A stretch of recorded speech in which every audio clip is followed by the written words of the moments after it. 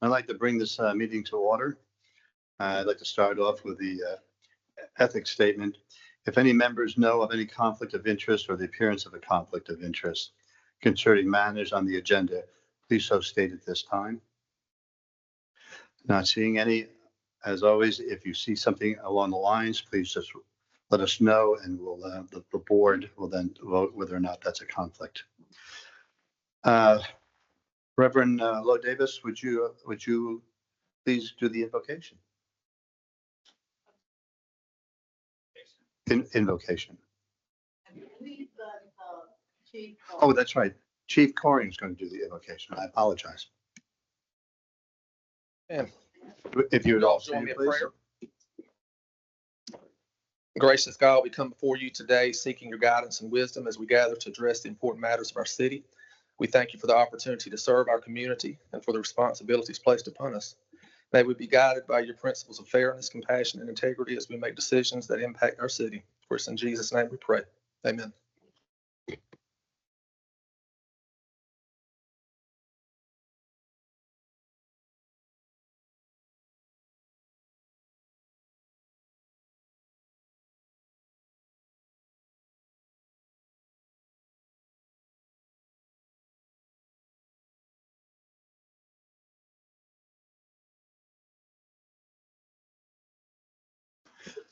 I'm going to ask the board if they would be so kind as someone make a motion to do two things. I would entertain the motion to, one, move the presentation, the Friends of Franklin Square plaque presentation to between C and D before public comment.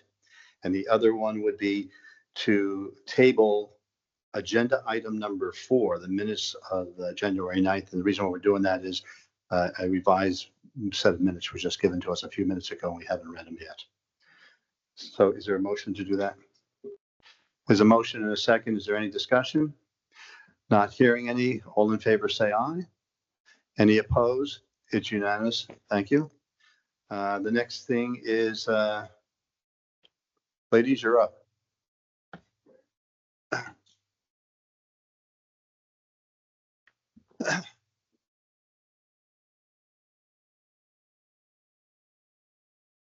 Thank you for having us this evening. I'm Jean Potter, Catherine Huffman, Ginger Harper, and our 4th original member couldn't be here this evening.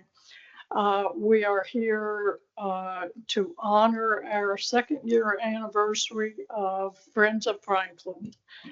It is with great pride that the executive members, the 4 of us, present to the city of Southport this historical commemorative plaque to be placed at the main entrance of Franklin Square Park. It is given in recognition for the creation and the great effort that went into creating what was once one of the most beautiful parks in the Southeast. The park was placed on the National Register of Historic Places in 1980. And the plaque that we're giving reads as follows. Franklin Square Park was created in 1935 by the WPA in an effort to employ men after the Great Depression. Slightly over 1 acre, the park is part of the original 3.2 acres given to the town of Smithville, which is what Southport originally was called, by North Carolina Governor Benjamin Smith. James L. Sprunt, wealthy owner of Orton Plantation, sent Robert Sturdivant, landscape architect and horticulturist, to design the layout of the park. He also sent many beautiful flowering plants and trees from his own stock at Orton to beautify the park. Beautiful green grass was planted and crushed oyster shells were used to create pathways. At its completion, Franklin Square Park was declared to be one of the most beautiful parks in the Southeast. Mr. Mayor, if you would join us.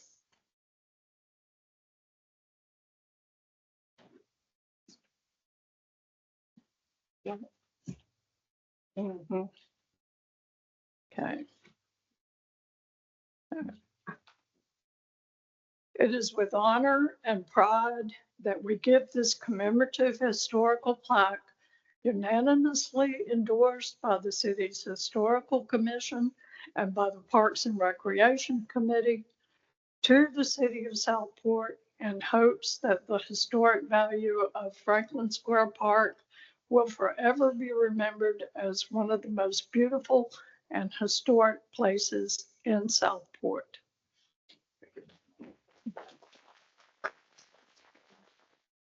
Thank you so much. And as the park continues to be improved and stuff, I take great pleasure driving by it now. Those azaleas have sprung back just wonderfully, just with a little mulch and a little TLC. And we look forward to the continuation of the improvements. Thank you very much, ladies. Thank you.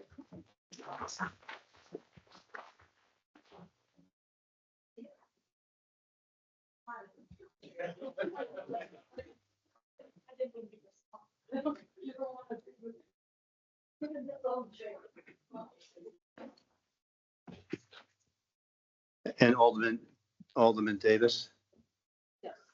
they're going to take the plaque with them. So no, they're not taking it back. They're not taking it away from us. They're going to hand it to Parks and Rec tomorrow to put up.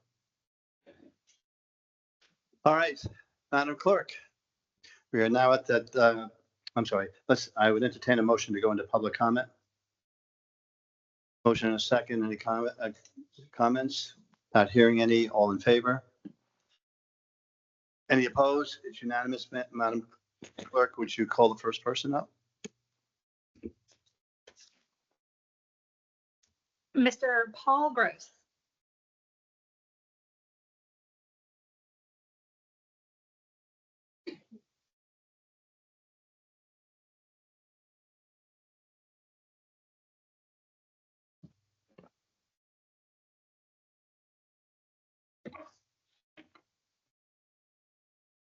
Good evening, Mayor, Aldermen, Yes. citizens of Southport. My name is Paul Gross. I live at 1018 North Caswell Avenue in Southport. My comments do not represent my previous employers, the North Carolina Department of Corrections, the Morrisville Police Department, Wake County Human Services, or the city of Southport. The International Association of Chiefs of Police state that ratios such as officers per population are inappropriate as a basis for staffing decisions. Instead, crime rates, the types of crime, community needs, and the number and types of units within the police department, such as patrol, investigations, community outreach, and the availability of funds for budgeting purposes should be major factors in decision making. Southport's most prevalent crimes are related to traffic offenses. What have we had now? 3 cars in the river in the last 2 years. Stop sign violations, speeding, DUIs, and petty larceny and fraud seem to be our most prevalent crimes. The Southport Pilot's newspaper weekly police report doesn't seem to indicate that multiple violent felonies are being committed weekly or even monthly. Therefore, the need for an appropriate number of patrol officers with vehicles and laptops to work out of are far more important than more square footage in a building with private offices and lots of bells and whistles. We're a small town of 4,400. We are projected to grow in excess of 7,000 over the next 20 years, but we are landlocked at only 4.5 square miles. So our growth is limited and we will be maxed out with such a small footprint. Response time for emergency services can't be more than 30 seconds to get across town, which is wonderful. Taxpayers have already spent $50,000 on an architect with approval by the Board of Aldermen to work with our police chief on a preliminary design to house our police department in Old City Hall. A small town police department with minimal crime doesn't need a Biltmore Estate or a Grove Park Inn for a police headquarters with all the bells and whistles, showers, workout rooms, sally port, etc. We need a Holiday Inn Express that's comfortable and is adequate for our functions of our small town police department. Chief Coring and the architects have done a great job of answering all the questions by the Board of Aldermen and the Planning Board. And Chief Coring has stated publicly, Old City Hall will work perfectly fine. The Planning Board's recommendation will result in additional costs to the taxpayers, necessitating up to 3 buildings being renovated instead of just one.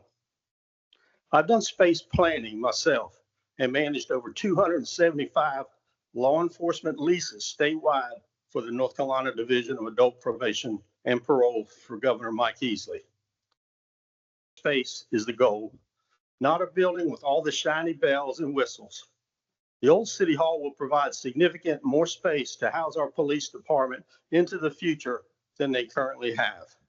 I respectfully ask our Board of Aldermen to put our fine law enforcement department in Old City Hall and limit the need for additional tax dollars, which would be required to renovate as many as 3 buildings associated with the Planning Board's recommendation.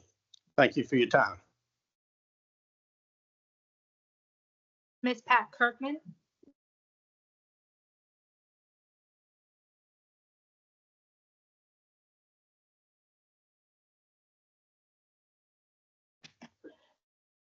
My name is Pat Kirkman, 119 Park Avenue.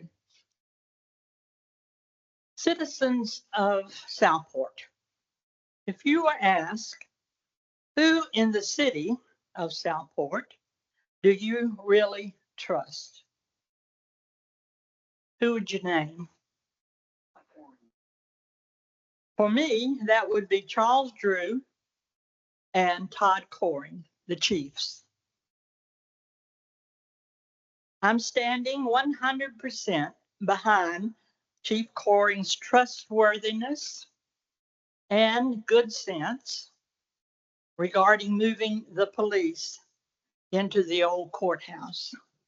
He's done more than his due diligence, and he deserves your confidence, Board. For you are the only 7 people out of our 4,400 citizens who can make the decision. It's all up to you. I now quote from the current edition of the Stateport Pilot. Quote, every angle has been explored. The Planning Board has done its job. Now it's time for aldermen to make a sound decision so the city can, without further delay, work to resolve its space needs. And that's what it boils down to, the space needs. You can make the decision. It's up to you. I hope you'll do it tonight. And in the language of Nike, just do it. Thank you.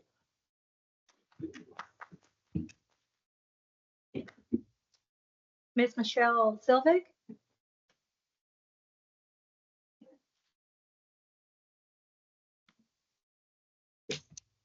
Hello, my name is Michelle Sylvie.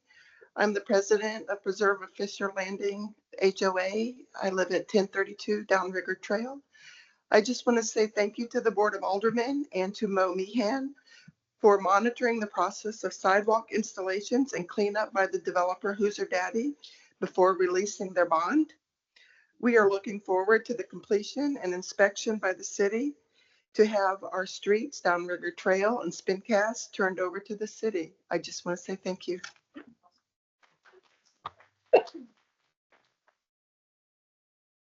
Mr. Hank Pomeranz. Okay.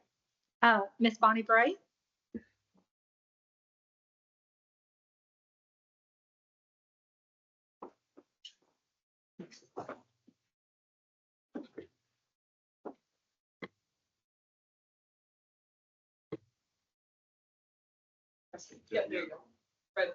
Oh, red. I thought it was green. You think I know mine now? Hi, I'm Bonnie Bray. I live at 515 Quartermaster Drive in Southport. I'm here to thank the planning board for giving us a document that analyzes all the relevant issues concerning the need for a permanent home for Southport's police department.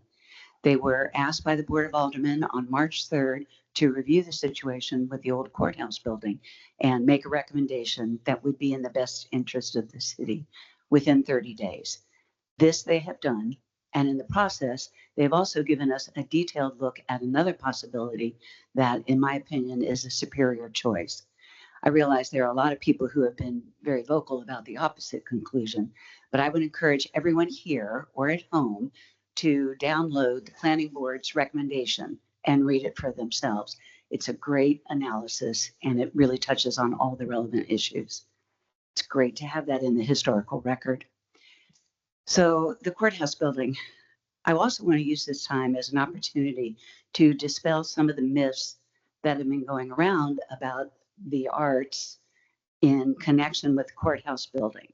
I assume the arts means Up Your Arts, which first signed a memorandum of understanding with the city of Southport in November 2019, not 9 years ago, barely 5.5 years ago.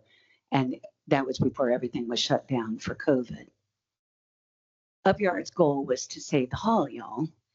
And ironically, it was the public discussion surrounding the possible use of the building as an art center that resulted in the city finally taking steps to save it. That's a successful campaign. I cannot speak for Up Your Arts because I've not been on the board of directors for over a year, nor do I speak for the Center for the Arts, which was created to take the project forward in October 2023. I can assure you, however, that both organizations moved on a long time ago, last December, as a matter of fact, when the vote was taken to reserve the building for city use. Since that time, the arts have been accused of many things. And I do want to state unequivocally that neither Up Your Arts nor the Center for the Arts should be held responsible for any delay in the process. As you remember, both organizations, the Center for the Arts tried many times to have an audience, a sit-down discussion with the Board of Aldermen, and was ready to do it whenever the board honored their majority vote to have a sit-down session with them. So they're not to be held responsible for any delay in the process, any misperception that this is somehow the arts versus the police. Not, never. Or that their intention was to steal the building or use taxpayer money to advance its own agenda. It is not true now. It was never true. And anyone who says otherwise on Facebook or wherever is setting up a false flag for their own purposes. I'm not suggesting that any of you are involved in any of this, but there is a great deal of public discussion that is flat out untrue. And I don't know what the motive is of the people who are furthering that information, but it's not true. So believe what you want. And I, again, would encourage people at home, people here, to print out this document that the planning board has given us for a deeper understanding of a conversation that until this moment has not taken place in this building, in the community building with the Board of Aldermen.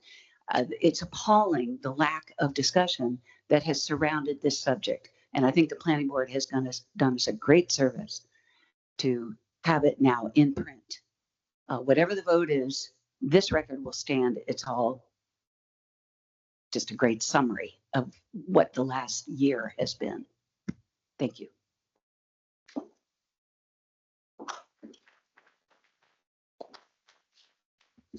Mr. Larry Ashley.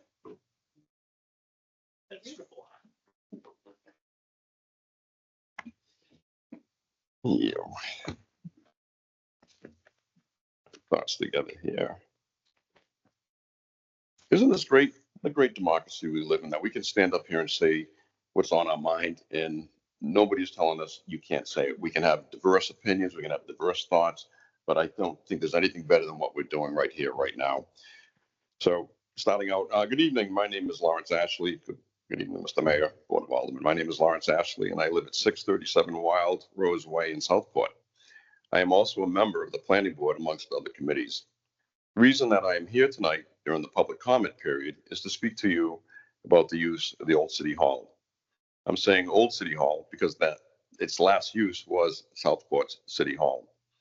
The Board of Aldermen, in following a Southport ordinance, charged the Planning Board to review the use of the old City Hall, except they called it the old courthouse, to see if it could be used as a police station, along with upstairs chambers to be used for meetings by the Board of Aldermen. Like the many studies that have been completed previously, where all of you have sat through hours of presentations by outside agencies, outside consultants, other boards, other committees, staff, I expected that we would be presented with the same opportunity to present our findings. It appears that instead, we are being denied that opportunity, and I don't know why that is. It is a disservice to you, the Board of Aldermen, and more so, it is the disservice to the taxpayers. The city of Southport has a high probability of spending over $5 million of taxpayers' funds to bring the old courthouse back to being a usable space, regardless of how it is used or who is housed there. The public has a right to hear from everybody, and in particular, those that were charged with reviewing the question. Our findings may not conform with the wishes of some of you. However, I can assure you, politics did not play a part whatsoever in our findings. I hope that tonight you can be as objective as we were when you make a decision on the use of the old City Hall. The numbers that we used are the numbers that we were provided or found through further research. We didn't just wave our hands, throwing some pixie dust in the air to have the numbers magically appear. These are facts, and here are some of them. When I started my review, I asked a lot of questions, and I appreciate Chief Coring's patience. I hammered him, I really, and he was just so patient to the whole thing, and I really appreciate it. Thank you. I also appreciate the help of the city manager, Noah Saldo. He was also great along the way too, helping us answer. Same thing. Emails would come in, he'd respond to us, as well as other staff. Mo might have been in there as well. It's great having all this help. And I appreciate and thank all of you for answering what were my often persistent questions. You're all a credit to the important roles that you have within our fine city. Early on, I had the opportunity to visit the old courthouse and later the current City Hall. Before I did any of that, I made arrangements through Chief Coring to visit the current police station, so I could understand what their current space was like when viewing the other buildings. I mean, it's just the right due diligence to do. You go look at what they're in, what do they need? Lieutenant Burgess took the time out of his busy day to show me every nook and cranny of the current police station. And I can tell you, if you haven't been there, you need to go. Every single nook and cranny is being used to the maximum. In fact, in my view, the building is already over capacity. The administrative staff, now listen to this, the administrative staff must resort to using a photocopy paper box as a table because a table simply won't fit in the space that they're in. The evidence room, while well organized, is also packed. Within that same room, there is a locked refrigerator that holds biohazard evidence that is wedged into a corner. The training room also serves as a meeting room, an equipping room, an officer's room, and if I remember correctly, an area to clean weapons. The armory is not only used for weapons and ammunition, it is also used to store other equipment needed for day-to-day law enforcement activities and emergencies, such as diving tanks. And they're making use of every corner in there. Yeah, I just found it just terrible to see that. The lunchroom actually sits in the back entry to the building, and it's nothing more than a refrigerator and a small table. That's what we have our folks eating lunch at, eating the dinner at, is a small cafe type table. It's not right. I could go on about how the current 2,500 square feet of space is substandard, in my view, for a proper police station. But in all reality, it is our police chief and the outstanding police officers, the police department staff, the men and women of our police department that are quietly making it work. Just like when they shared the spaces in the early 2000s with City Hall, they made it work. When moved to Indian Trail, they made it work. When we moved to undersized spaces at the current City Hall, they made it work. And once again, when they moved to a repurposed bank branch building, they are making it work.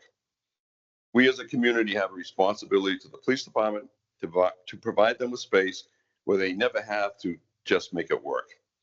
Using the results of the planning board's findings, we can do more than just make it work.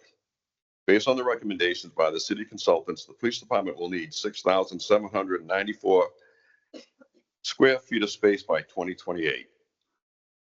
The old City Hall has 8,500 square feet of space in which the Aldermen's meeting room will take up 1,800 square feet of that space. The math is simple. The very second that everyone leaves from the ribbon cutting ceremony, opening the old City Hall as a combination of police department and meeting area, the police department will be over capacity. The space will be immediately insufficient for their needs. You need an armory and locker rooms and showers. These folks go through things out on the street that you and I, because of them, that we never see. And there are things that they need to be protected from and be able to have a shower, have a lunchroom, have an office space, a training space, administrative space, secure evidence space, storage space, equipment space, and so on.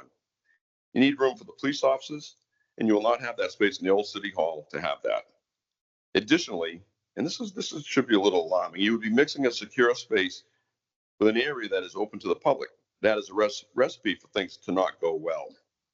The city is growing. While we currently have approximately 4,000 residents with everything that is in the pipeline or could be in the pipeline, the city has the potential to have more than 9,000 residents in less than 25 years. I can throw all these facts and numbers at you, but sometimes you also have to just look at plain old common sense. The police department needs space for growth, not space to make it work. The current City Hall provides that space, the space that is needed today and the space that is needed by the police tomorrow. It puts the police station in a location that provides quick access to all corners of the city, North Howe, Fodell, 9th Street, the Upper Business District, and so on. Locating the police department on North Howe will create a public safety complex with its close proximity to the fire department and Dosha Hospital. That location will also provide the privacy that folks deserve to have when visiting the police station. Let's admit it, few folks go to the police station for a social visit. The old City Hall is near the post office, churches, parks, the center of town, and is in the middle of a well-used walking area. Can you imagine bringing your child in for a conversation with a police officer when the city is holding a meeting and folks are walking about? I've been one of those parents. I hate to admit it more than once. How about if someone is having a domestic situation? They don't need the whole world to know their business, do they? Are they going to be forced to use the back door so that nobody sees them? Nobody should be forced to use the back door in any public building, let alone a police station. That alone should tell you why the police station should be on North Howe in the current City Hall. There is also a historical reason for bringing City Hall back to City Hall. During the summer of 1978, the new courthouse in Bolivia was finally ready. As soon as they opened up, they were already out of space. They didn't size it correctly. Was finally ready, and the county vacated the old courthouse for the first time in well over a century.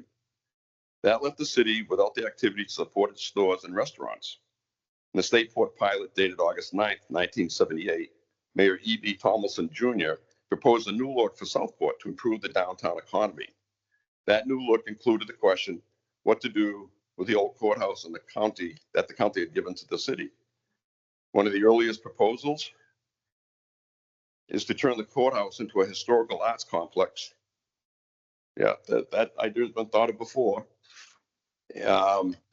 Historical arts complex with art in the hallways, museum space in a theater, an exhibition hall in the court chambers.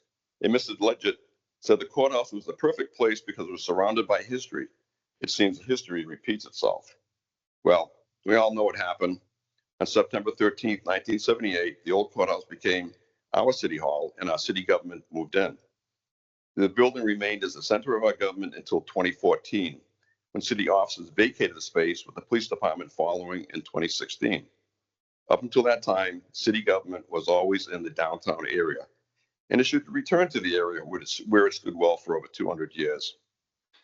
Moving the police department to the current city hall makes sense. It'll provide them with a room for growth well into the future. Bringing City Hall back to City Hall makes sense as well. It will centralize government offices and meeting spaces. Once again, it'll make this building the centerpiece of downtown and return it to the gem that it is. Folks can park their car, go to the city hall, walk to the post office, visit the churches, walk over to Franklin Square Park. By the way, that's really cool. Go to a restaurant or even walk to the Garrison Lawn or Waterfront Park. This is not about what political group is right or wrong or digging in heels just because that's the thing to do. Let's dig those heels in. We're not going to give an inch, even though the facts might say something different. This is about being objective and doing what is right for the police department, what is right for city government, and what is right for the taxpayer. To paraphrase, and not to sound cliche, the great orator Abraham Lincoln, our 16th president, let's bring the government of the people back to downtown Southport. Let's improve the visibility of our government by the people by restoring it to the building that is fully accessible to all. And let's bring the government for the people back to where it belongs. Let's bring City Hall back to the old City Hall in downtown Southport. Thank you very much.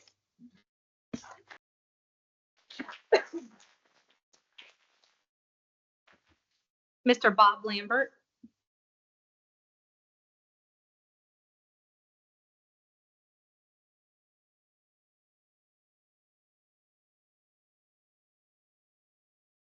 Mr. Mayor, Board of Aldermen, my name is Bob Lambert. I live at 109 West Nash Street here in Southport, and I'm also a recent member of the Planning Board. However, tonight I want to speak briefly to you about as a citizen and not a member of the Planning Board. As a resident of Southport for the last 8 years and a very concerned citizen, I fail to understand why some citizens are taking such a short-sighted viewpoint regarding the best use of the old courthouse building, a very historic building, which will, after renovation, no longer be historic. The focus should be on long-term planning and practical solutions. The recommendations of the Planning Board are just that, recommendations. The final decision will be up to the Board of Aldermen. But I'd like to remind them of the four-way test of things we do and say used by the Rotary Club. First, is it the truth? Second, is it fair to all concerned? Third, will it build goodwill and better relationships? And fourth, will it be beneficial to all concerned? I would like to add a fifth thing to consider for the aldermen to consider. Is it the right thing to do? I appreciate your time. Thank you. Mr. Will Hewitt.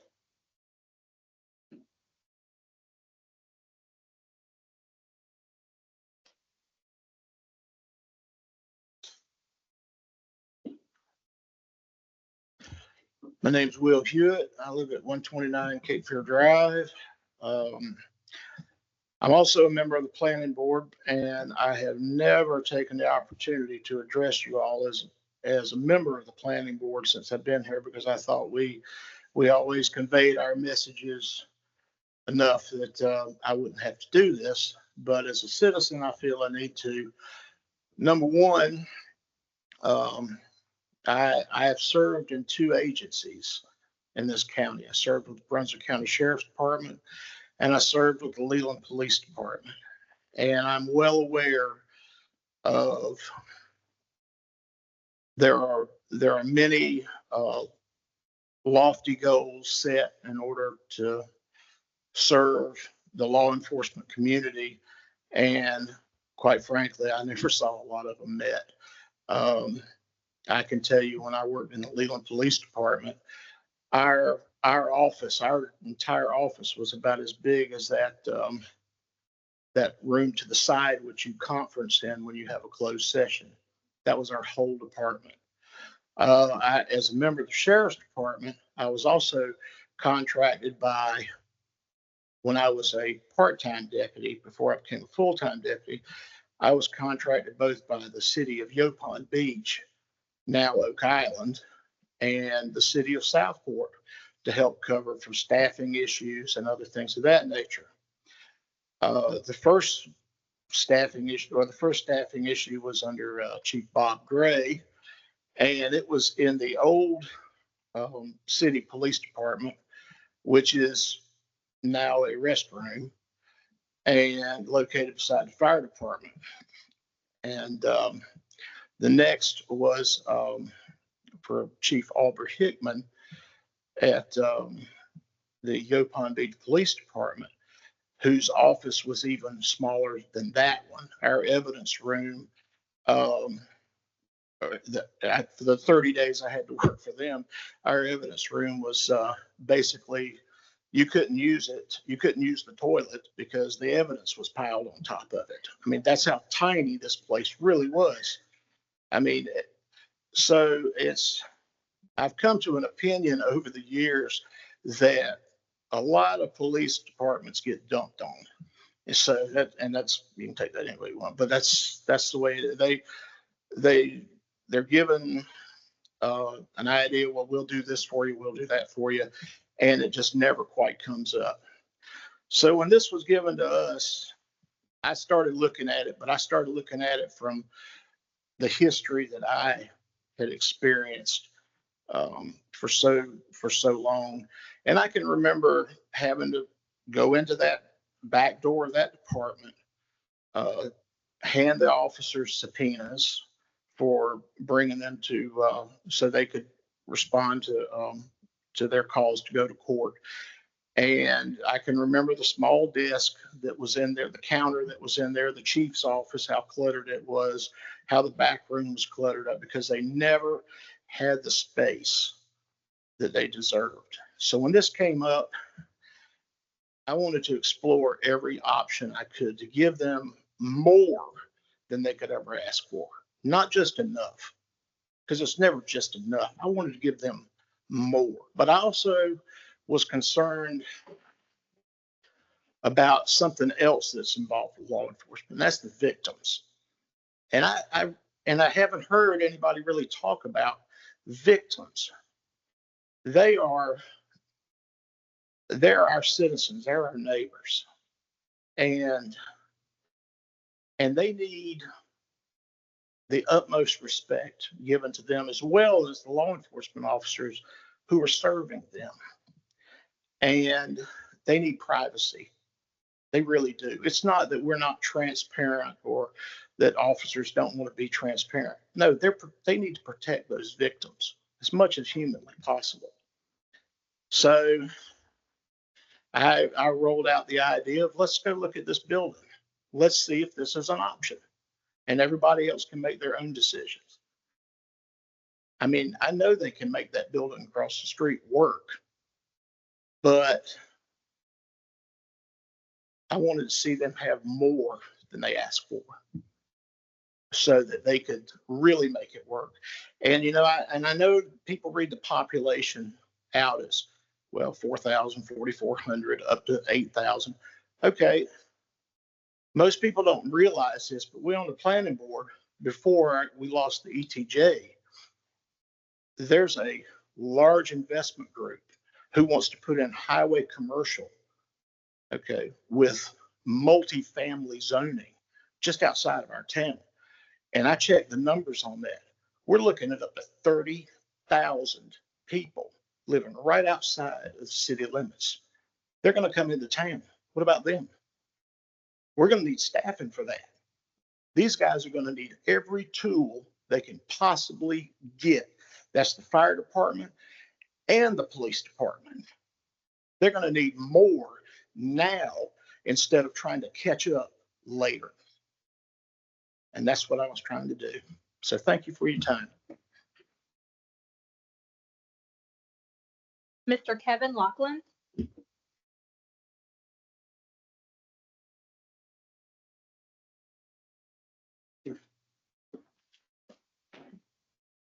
Evening, Mayor, Aldermen, and Brady. I have to give you recognition. No one ever says hello to you, Brady. There's been a lot of wisdom imparted by Will, who's been lifetime resident, by Larry, who used to be a police commissioner. let me begin to say that the purpose of our report and recommendation was simply to do better for the men and women of our police department, which would then carry over to the citizens. And you look at, as an example, you look at our fire department. That was built, what, back in 2008 for about 3.3 million. And when that was built, their board of aldermen said, that's too much. It's too big. But it works, and it will continue to work ad infinitum. So now we come to today, and we come to the police department. And this is not a popularity contest or a test about not having respect for the chief, because we do. What he, in fact, when he appeared before us, I complimented him on what he's done since he took over the police department from scratch to what it is today. But the numbers we used in formulating our opinion were numbers that were provided to Mosley Architect by the chief and the police department, not numbers we made. So what do I say we need to do better? Well, can they shoehorn themselves into the building? Yes. Now, the chief has said, and I believe he's an eternal optimist, he said, it'll work, it's adequate. But he's also said they have to sacrifice a lot. Why should the men and women of our police department sacrifice anything if there's a feasible way to give them something better? And the problem is, we're saying, research this. Look and see, is this a reasonable alternative? What are the grants? What are the monies available out there? I've contacted the International Association of Police Chiefs, the national accreditations of Mayor, it's what is it, CELA, the National Accreditation for Police, CALIA. I contacted them, spoke with one of their project managers. And I tell you, what they tell you is police officers. We've had some wisdom imparted by another speaker tonight about, well, they do traffic tickets. We don't need a homicide squad, so to speak.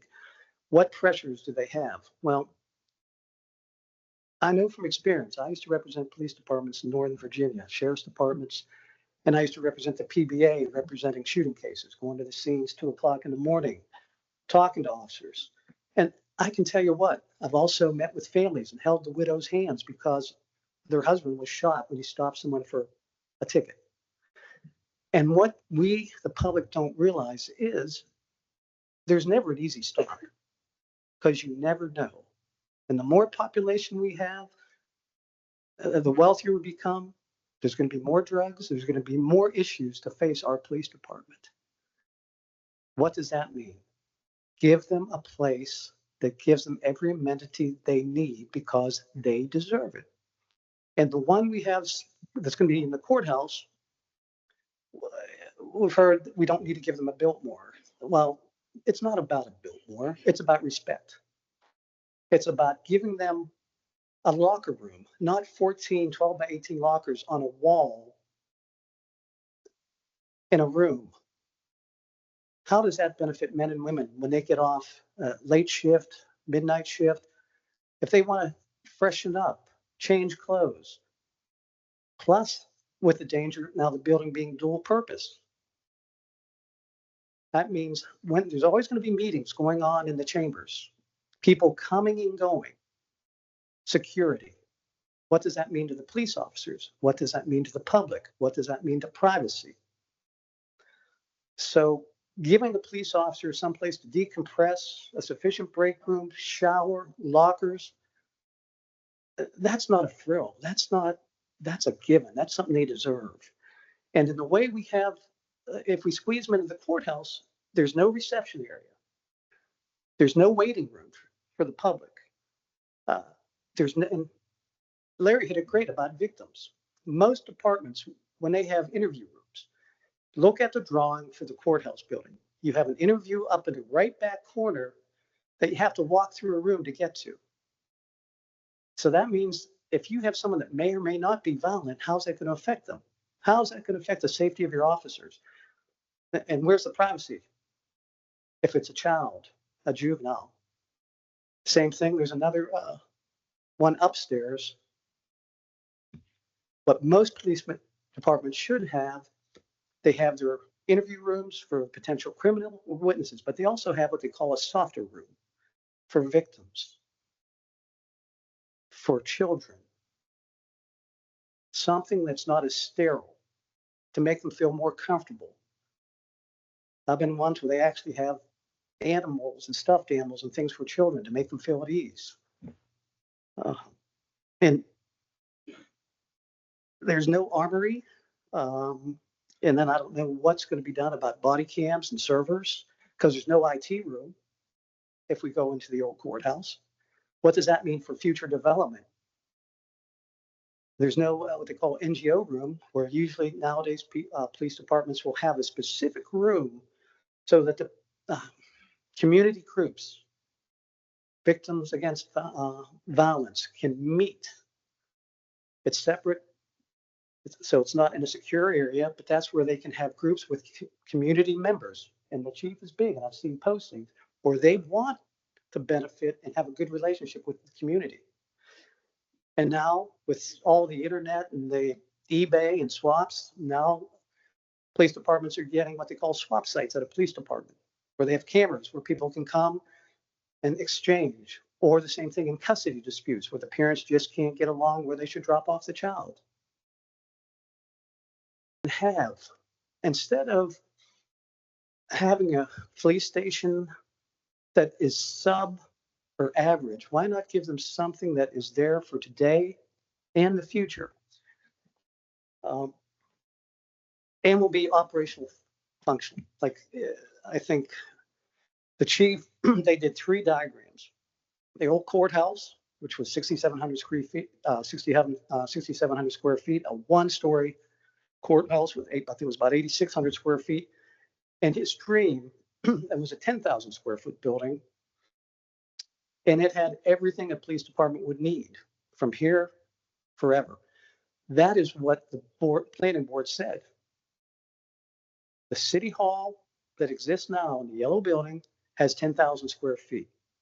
What's the cost of renovation? We do not know. It's kind of interesting. We do not have a grant yet. There's been no money given for restoration of the courthouse building as of yet. What we're saying, and I ask the Board of Aldermen to consider, do the research. What are the grants? What can be done for restoration of a building? The 5 million number is for restoration of a historic building, not for the development of a police department. There are grants out there for the police departments on both the state and national level. Let's look into it before we say no to the option. And it's not saying no to Todd. It's saying we want you to have better. You're used to not having better. Don't sacrifice. And there's an old, you always like to have a saying, and there's a saying about local government, and it says, when you are the local government, you are on the ground, and you are looking into the eyes and hearts of the people you are there to serve. That's what we're asking you to do. Look and serve and do the right thing.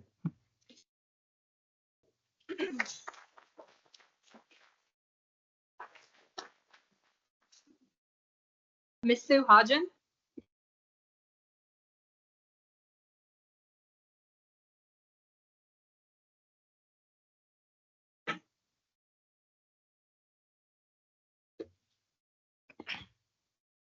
I'm Sue Hodgen, 608 Cottage Point Way here in Southport.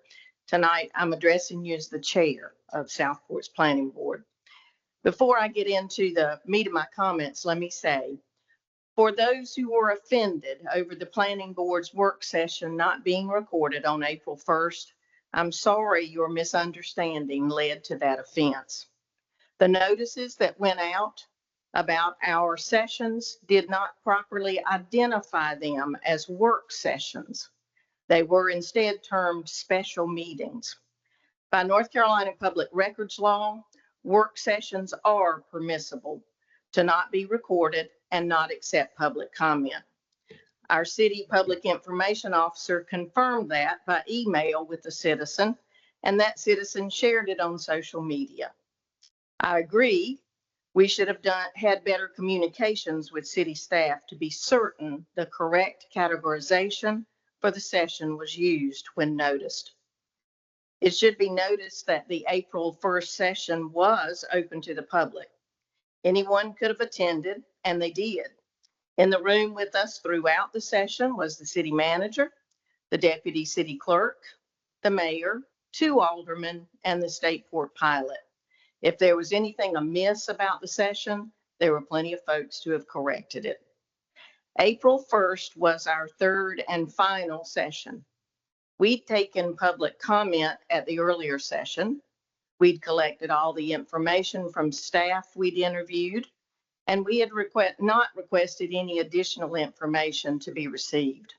The sole purpose of that session was to recap our earlier discussions, finalize the report's composition details, and take a vote on the recommendation. It was simply a cleanup, concluding session. Now, to address the board's report. I'm appearing in public comment to speak about the good work the planning board did in this assignment.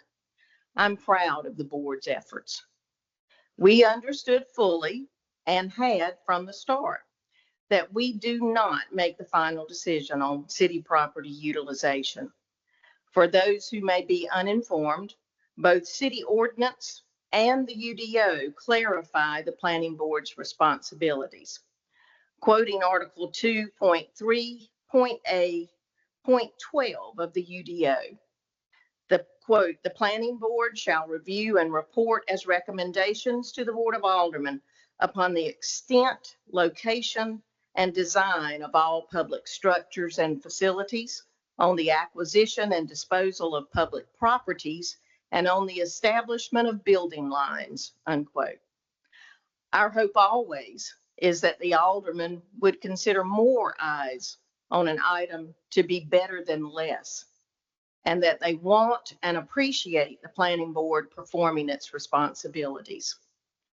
The planning board considered long-term solutions, and in the process, looked for ways to make more than one thing better.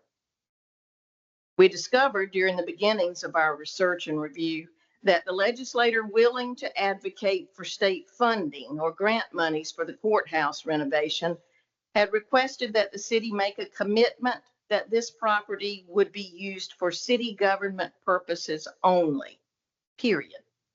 He did not require that we cite a specific use. He did not say that we had to tell him that it would be the police department or city hall. He only asked for a commitment to keep it in city usage. During the planning board's review, we went through the pros and cons for the courthouse and looked at common sense usage of it and a couple other city properties. Ultimately, our recommendation became an alternative action plan. We submitted the report to the city manager on time, 7 days ago.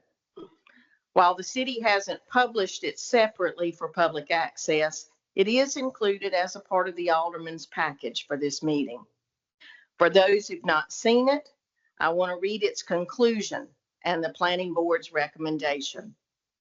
Quote, "The city has no fixed timeline for the acquisition of funding for the old courthouse restoration, nor ends on grants or other governmental monies available for purposes of a police station upfit. With there being no negative impact to current city operations, it is not in any way unreasonable for the City of Southport Planning Board, working with city management and the Board of Aldermen, to continue working towards establishment of best practices and long-term planning for city property usage, while city staff pursues available sources of funding for the projects herein proposed." Unquote. The planning board supported this recommendation unanimously.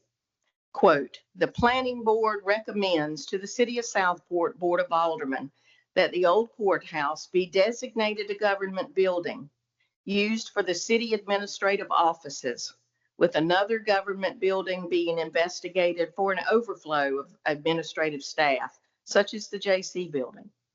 This will appropriately situate City Hall in the center of town. We further recommend the permanent placement of the police department into the entirety of the current City Hall facility, unquote. We understand that this is only our recommendation. The aldermen can choose to act on it or not. We hope, of course, that they'll accept it and then work with us in conversation to address all the city's long-term property needs and uses. I continue to be proud of our planning board and its efforts on this assignment and all of its work for Southport. Thank you.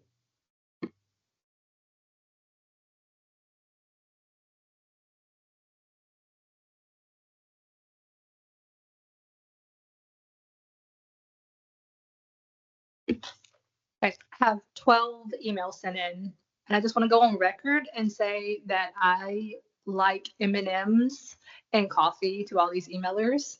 Okay.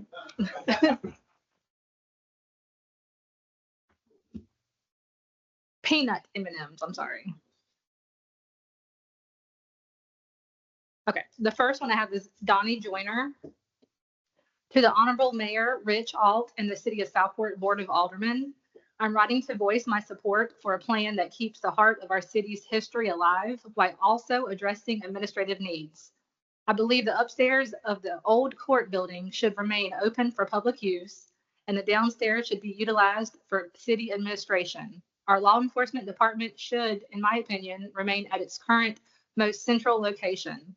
Think of it. The old court building, built in 1844, has stood over 180 years. It survived wars and countless natural challenges, a true symbol of Southport's resilience. It's a treasure we need to protect and keep accessible to our community. This plan allows us to honor that history while also making practical use of space.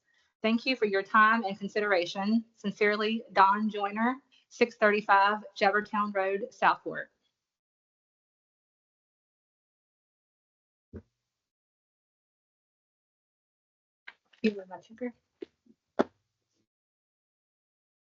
Francesca Slaughter. Dear Alderman, I urge you to support relocating our police department back to the old courthouse. For 5 years, our police chief has advocated for more space, and after extensive assessments by the city manager, city engineers, and architectural firm, it has been confirmed that the 8,500 square feet of available space in the old courthouse meets the department's long-term needs. The Board of Aldermen has already voted for the city to occupy the building, followed by a motion allowing the police department to move in, pending planning board review and final vote in April. This move is both financially and practically sound, ensuring our police remain in a central, accessibly downtown location. I encourage you to approve this relocation for the benefit of our tax-paying citizens, our entire community, and officers. Sincerely, Francesca and Matt Slaughter, 6272 Cattail Court, Southport.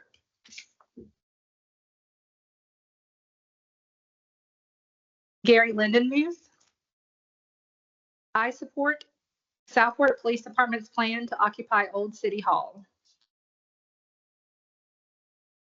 Jay Beard. Mr. Vinny, as a resident of Southport, I support Chief Coring's vision to permanently relocate the Southport Police Department to the Old City Hall. Please include my support when the issue is being discussed at the Planning Board and Board of Aldermen. Respectively, Jay Beard, 830 North Lord Street, Southport. Jean Potter. My name is Jean Potter. I live at 315 North Burrington Avenue. I grew up in Southport. The old Brunswick County Courthouse holds a special place in my memories. My father had his office there for 21 years. He was the clerk of Superior Court for Brunswick County and still holds the record as the longest serving clerk of court in the state of North Carolina. I believe that our historic courthouse should be used for and only for our Southport Police Department. It would be funny if it wasn't so shameful the way we have had to make do and now be located out of the city limits. While building a new facility for the PD would cost in the millions, using the courthouse would save the city and its taxpayers tremendously. If another facility is needed for alderman meetings, I would think it could be built for significantly less than a new PD, and the need is not as crucial as our current need for a police department. Thank you.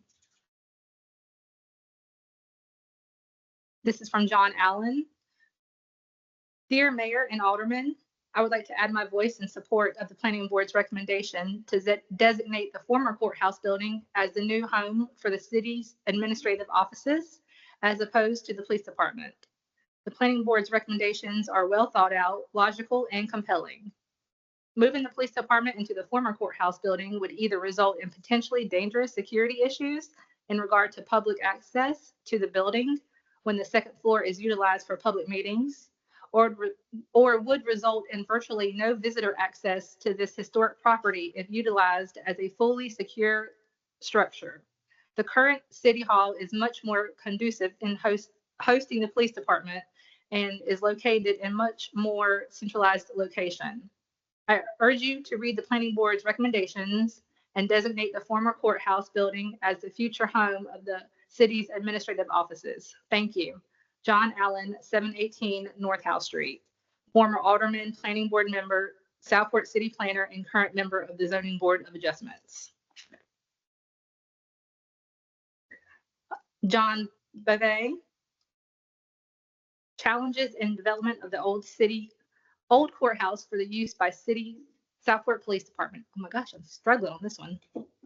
The Planning Board has reviewed estimates of available space in the old courthouse compared with the projected needs of the Southport Police Department and for use as a public meeting space.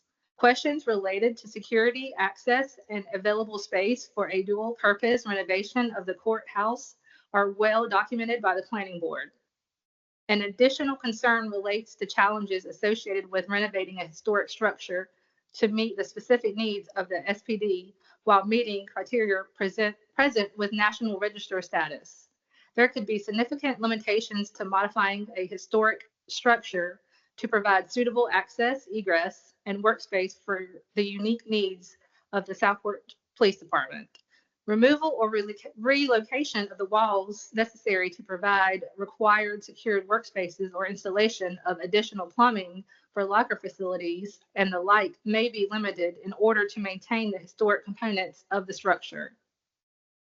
While the board recognizes that the layout provided by Mosley is conceptual, the board believes that required modification of the historic structure to provide the unique workspace and workflow to serve the needs of the Southport Police Department and proposed public use was not adequately considered.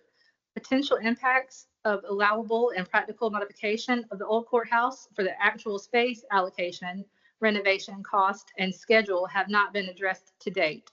These limitations are not present in the current City Hall, which could more easily be modified to meet the specific long-term needs of the Southport Police Department at significantly lower cost and schedule. John A. Beve, engineer, Planning Board member, April 9th, 2025.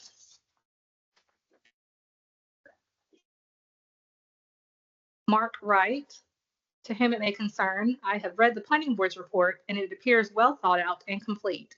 I agree with their recommendations and believe that the repurposing of the old courthouse building as city administration offices and assembly space is definitely an alternative that should be thoroughly examined. Mark L. Wright, 211 North Lord Street, Southport.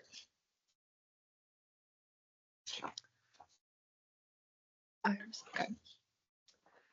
Michael and Denise Byers, to whom it may concern, we ask that the Planning Board and the officials for City of Southport please consider our observations along with those of other concerned Southport citizens regarding the use of the old courthouse building on Moore Street relative to permanent housing for the city's police department. We have spent considerable time during this course of the past months reading articles and listening to discussions concerning the use of space in the city for the purpose of providing permanent facilities for the various city departments. It goes without saying that future growth in terms of houses and residents residing in Southport will necessitate similar growth in city staff. Accordingly, existing space lacks the potential for expansion to accommodate increased city personnel. Much time, money, and discussion has centered on the use of the historic old courthouse on Moore Street. This building on the historic registry should be viewed as a Southport landmark to be seen and appreciated by both residents and visitors.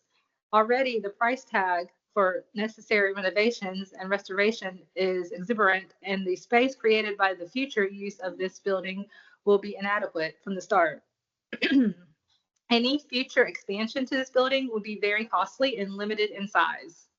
After listening to and reading the facts regarding this situation, it seems that the best solution for all involved would be to move city administration functions into the old courthouse and to return the police department to the existing city hall building. Our reasons for this recommendation are as follows. The old courthouse has approximately 8,500 square feet available. This space would accommodate current city staff and allow for growth as future needs require. Space would be available to create meeting spaces that could be utilized by community groups. The old courthouse could be accessible to residents and visitors for the purpose of recognizing and appreciating its historic value. The current City Hall building is more modern and is owned by the city and has previously housed the police department. It would be easier to establish necessary security measures needed by the police department in a building dedicated to law enforcement. City administrative personnel would be protected from threats from criminals or disgruntled individuals. The current City Hall building is situated close to the fire department and our local hospital. The space available in City Hall building is adequate for current needs and projected growth. Adequate parking is on site. In summary, we feel the best use of resources, both in terms of space and economic, would be to house administrative offices in the old courthouse and the police department in the current City Hall facility. Respectfully, Michael and Denise Byers, 802 Cage Trail. Okay. This is from Mimi Vargo. Honorable Mayor Alt and Board of Aldermen. Dear Mayor and members of the Board of Aldermen, I am writing to you today as a citizen of Southport to express my support for the recommendations developed by the Planning Board and unanimously affirmed by the Board on April 1st. To designate the old courthouse building as the preferred location for Southport's administrative offices, to repurpose other city-owned buildings to support administrative overflow needs, and to relocate the police department for permanent placement to the current City Hall building on Howe Street. In my relatively short time as a resident of Southport, I have seen the town struggle to move forward with solutions to manage impacts related to the growth of the population of Southport and the surrounding areas that see Southport as their downtown too.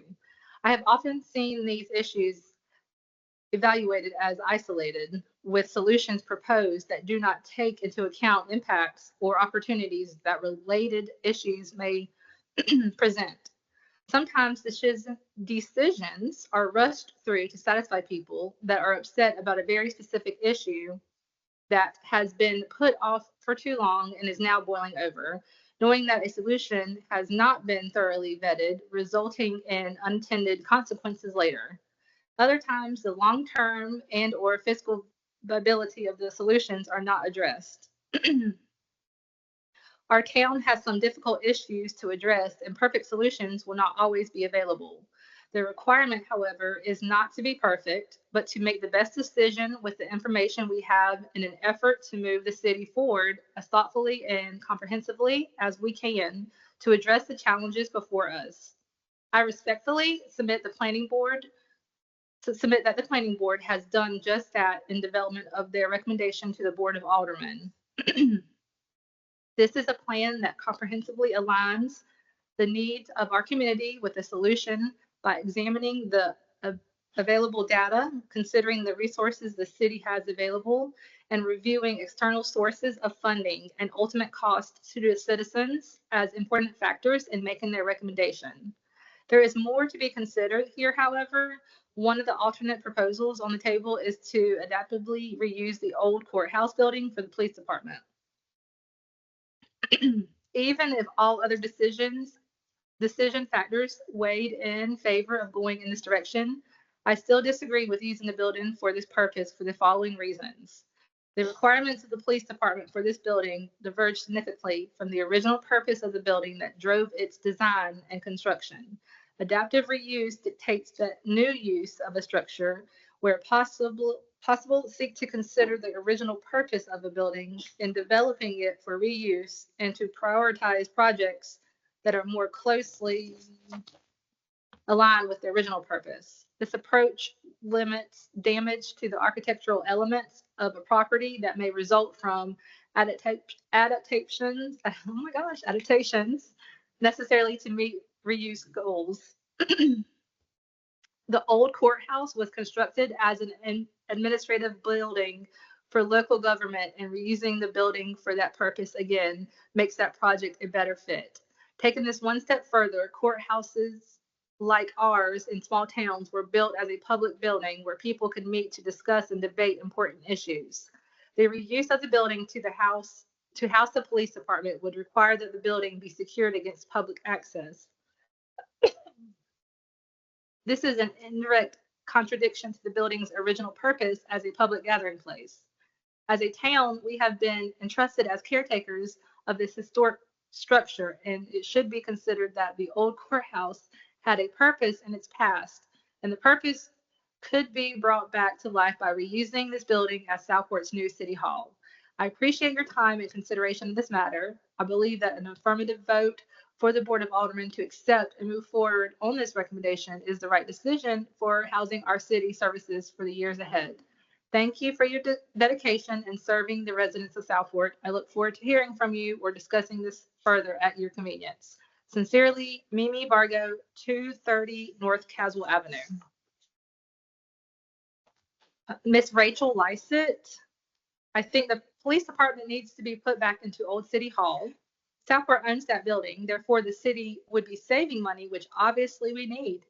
Not to mention the traffic at the location the department is at now. If something happens and traffic is backed up, there's no possible way for our officers to respond in a timely manner. Thank you for the opportunity to voice my opinion. Rachel W. Lysett. This is from Ms. Shirley Sullivan. I support Southport Police Department's plan to occupy Old City Hall. It is by far the best use for Old City Hall. Shirley Sullivan, 5002 Seaward Court, Southport, North Carolina. And that was peanut M&Ms and coffee.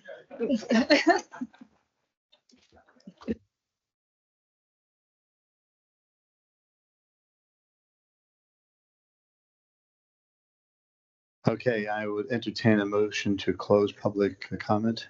So moved. There's a motion and a second. Is there any conversation? Not hearing any. All in favor, say aye. Any opposed?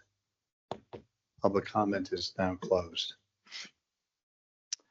The next thing is to approve the agenda. I need to. Mayor and Alderman response to public comment. You're right. I missed it.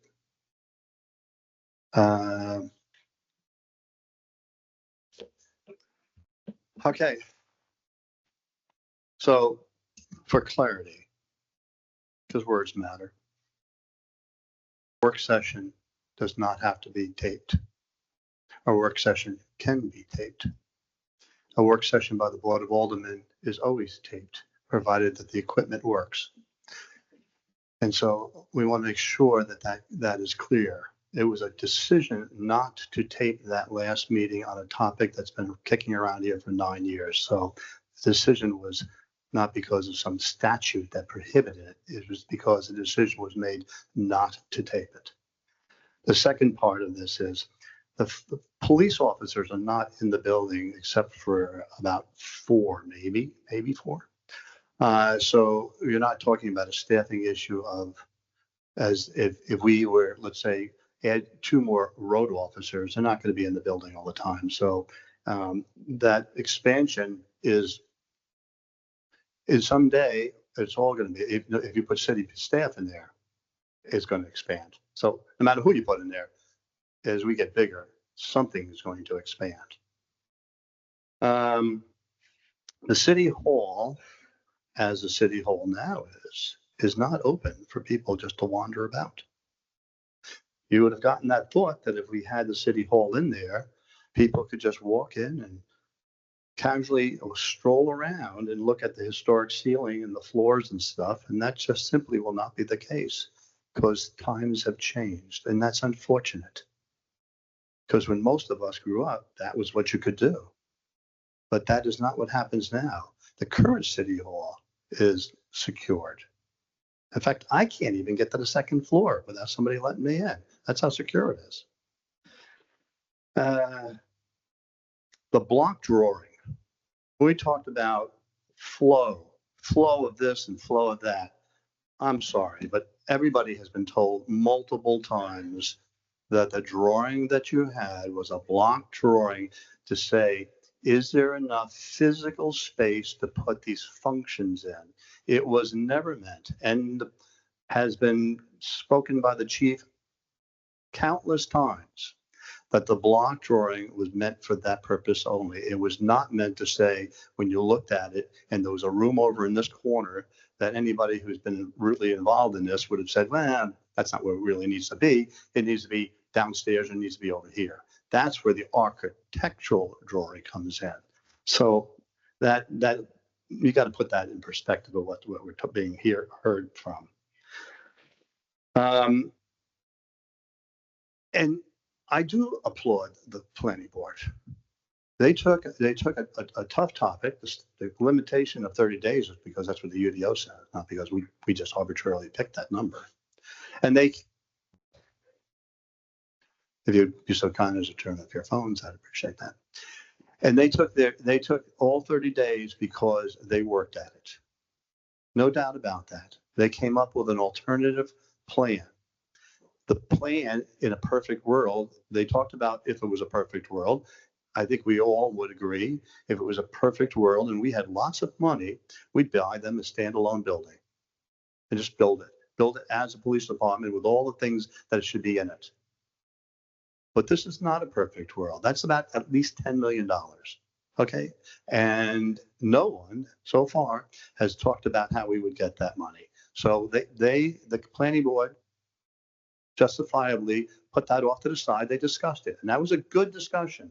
They should have had that discussion and figured out that that was probably not going to fit. So then the discussion went to, it's a legitimate discussion. What happens when we put city staff in that room, in that building? And then, well, there's not enough room there for that, so we'll have to take either over Indian Trail or the JC building. Both of those buildings are used. I know more about, and the Parks and Rec department head is here, but I know more about the Indian Trail building and its use. It is used by a number of 501c3s at your mom and pop shops, that the $30 that they can rent it for, they can go there and they can use that. We could take that over and spend money to renovate it, to put offices in there. Absolutely. That's a potential plan. We could take the current city hall and turn it into a police department. That's also there. No one has talked in the past 30 or almost 40 days now about where is that money coming from. Maybe grants, maybe here, maybe there. 9 years. No, I realize that the Up Your Arts people have only had it since 2019, did you say, ma'am? 2019, but the building has been vacant for 9 years. So we had 9 years to discuss this and it never got discussed. So now we're talking about, instead of renovating one building, which if it's 5 million, if we got 5 million, wherever we're going to get to 5 million from, we go for that building. And there's no discussion about where you're going to get money for 2 other buildings. That is just not there. And while we might get 5 million from the state, maybe, perhaps, depending how the budget goes and the winds of broadleaf blow, we might get $5 million. And it is true, that is absolutely a true statement about that. The commitment was if you put city services in there. That's what we've been told. But you didn't come up with any other things about where the other money was coming from, except the vague thing about grants. And I've heard about grants and since 2019, And no grants came up for the one project, and no grants have been truly identified that when you're going to get them. We could leave the buildings empty for years while we work that all out. Or we could move forward with a plan where you're only renovating one building and we have one price tag. And we may end up having to borrow the money to do that. That may be where we end up. I hope not, but that's maybe where we're going to be. So whatever we decide, whatever they decide, really, whatever they decide to do should not be considered us against them, or you had a bad idea, or putting one group down, or pitting one group against another. That should not be, and unfortunately, when you look at social media, that's where we're going. So we need to calm all that rhetoric down. This is not the Board of Aldermen against the planning board at all. In fact, what was not actually mentioned tonight, but has been mentioned in the past, is that upstairs courtroom, which was the courtroom, is going to be spectacular for that purpose. The original tent ceiling is there. The hardwood from 1840 is there. It's going to be a spectacular room. And it's not for the Board of Aldermen exclusively. It actually has 3 other functions up there. One would be the planning board would meet there, and it would have all brand new AV stuff, so everything would be recorded. 2, the Board of Adjustment could meet there. And 3, one of the things that we talked about, planning board and the chief talked about, is that when it's not being used for that, if the police department wants to move and come in and do some training with all the officers at one time, there's seating for at least 100. And we're not going to have that many officers, I don't think, anytime soon, Chief. So there's plenty of room for that. There's plenty of room to put all the equipment in for the cameras for the people. I thought I heard the number 4,500. Chief, the space that you're in right now is how many square feet? How much? That's what I thought it was. 2,500 square feet, and the cameras. You have cameras on the officers, correct? And somehow that works. So there's going to be enough room there to have all the AV stuff that you need, because we're going to have the city staff and the 3 boards will have to have a room there that's going to have AV stuff in it. Plenty of that stuff. So if you had to sum this all up, the 2 main issues is, 1, this is not a fight between 2 different boards. It should never be that. And 2, you have to use what monies that you have to make the best decision that you can, because it's not a perfect world, and we don't have the tax base that you have in the Northeast, where if you don't like something, you just raise the taxes again and again and again, and that's what you do to pay for everything. So that's my comment, and I'll start with Frank Lay.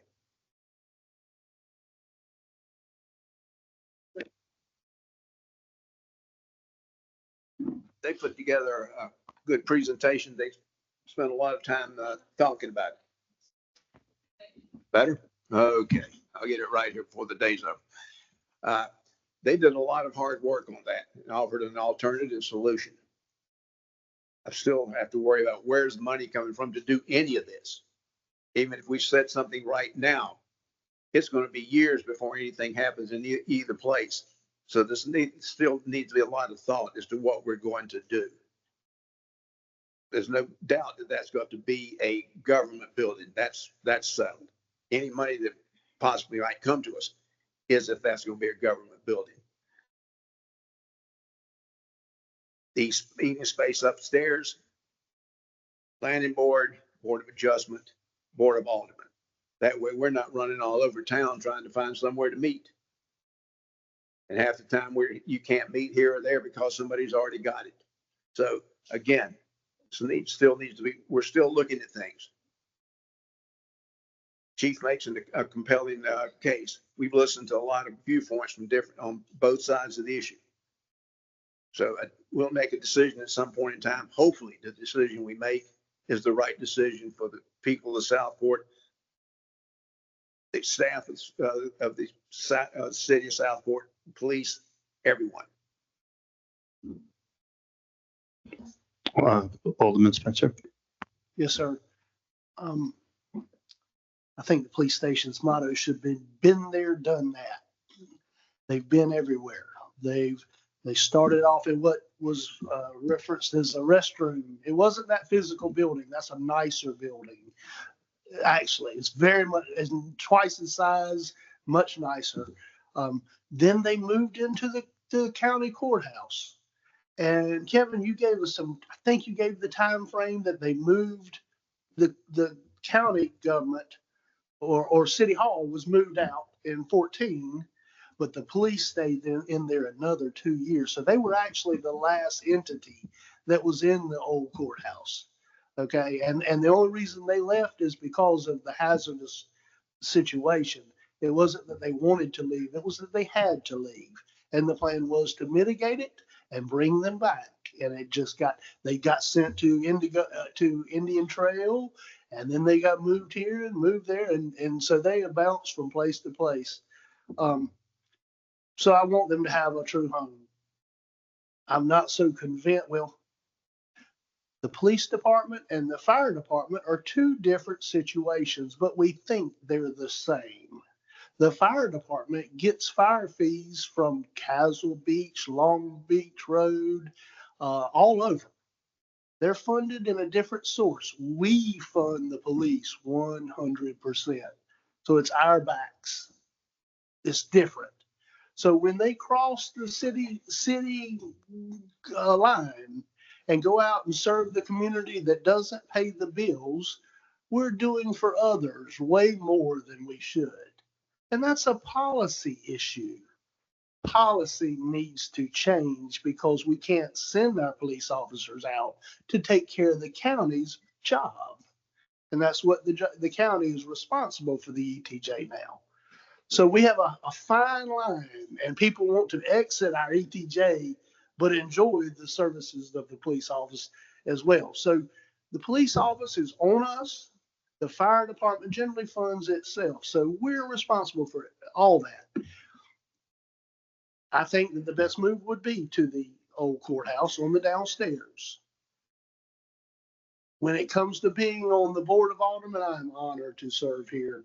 It is beyond my dreams and imagination of what could be done for me and how I can participate. But I've sat at this table and I've had card tables fall on me in the middle of a meeting.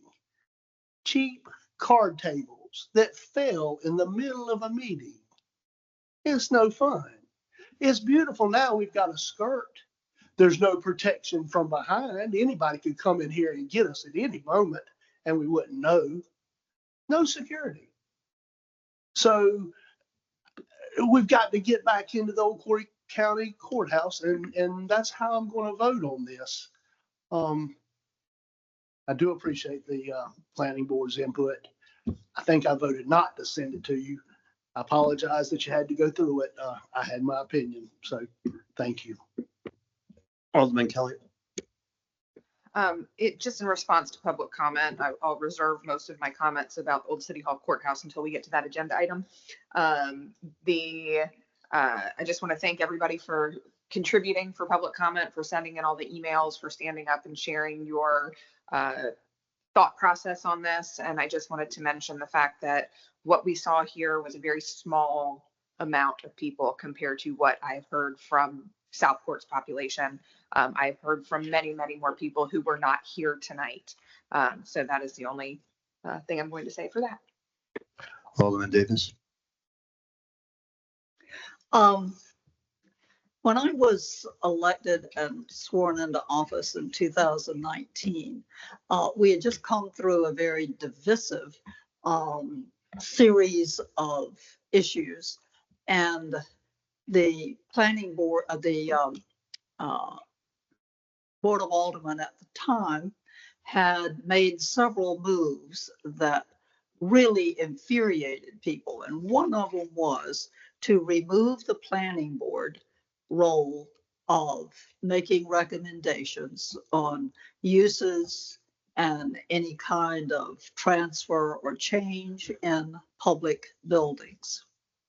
And as having been a very close observer of what they were doing at the time, it was very obvious that the reason to do that was that the majority of that Board of Aldermen did not want to hear what the planning board would say. They expected that they would be coming up with views that were different from what the Board of Aldermen wanted to do. So they just got rid of that. Well, my first motion as a member of this board was to restore that role to the planning board. And of course, we had a unanimous decision, yes, to do that. And tonight, you have made me very proud that we've decided that. I am so impressed at the work you did in a very short period of time. It reflects a commitment to close analysis and a desire to do the best that can be done for the city. Whether I agree with you or not is irrelevant, but the work you did is highly commendable. Thank you. And I'm glad you're doing this kind of work. Alderman Carroll. Please bear with me because we heard a lot and I wrote a lot and I have a lot of thoughts. Yeah, I know. And it looks like chicken scratch, right? So to Alderman Kelly's point, we all heard a lot from a lot of people. What we did here tonight in person was 2 people in favor of police and 6 people against it. We heard 5 emails in favor of and 6 against. So that's what we heard at the table. That's what we heard from people who showed up. And despite the very best efforts of a dollars and nonsense Facebook group dedicated to getting people out to speak up against this, to speak in favor of it being the police department, we still saw these numbers. It's pretty impressive. Ratio of residents to police officers, or to staff, I should say, not just police officers, but it's irrelevant. This is not the Ritz-Carlton. I do not expect 2 people serving me in the city of Southport. So when someone as high up as our local representatives say to me that the number of residents to the number of staff is a relevant number, it shows how ignorant they are. It shows their lack of understanding of the faces, the external forces that our police, our fire, and our staff face.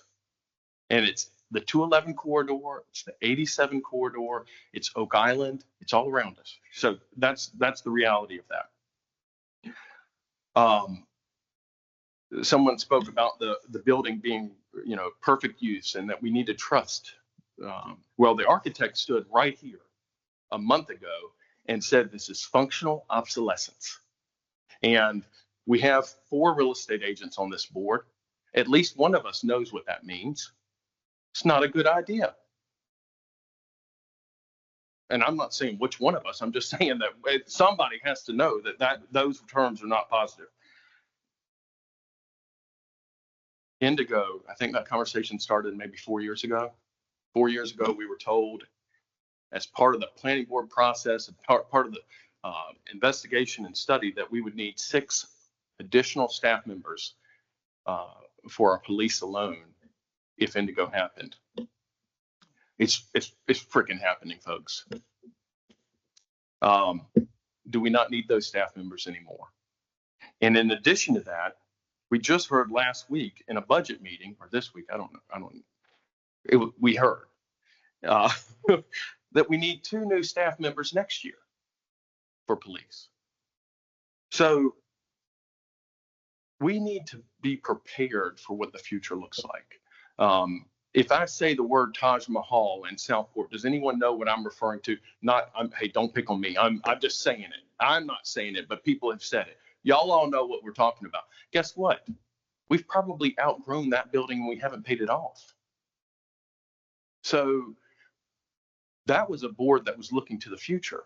That was a board that had insight and so we have to keep that in mind. Location was mentioned. Central location. Central to who? Central to the person that gets backed into out at Southport Crossings, run over at the intersection of Long Beach Road Extension. How is that central to those people? Or River Mist? Do we not serve those people? So central is relative, I think. And then the money. We're all talking about the money. It's kind of a big idea. You can't spend if you don't have. We're promised $6 million from a state that doesn't have any money right now. And frankly, I don't want to be the guy that asks for money from a state that has people on the other side of on the western part of the state begging for housing, living in FEMA trailers and tents. So do I think we're going to get the money? God, I pray we do, because I have been more involved than anybody on this board when it comes to that building.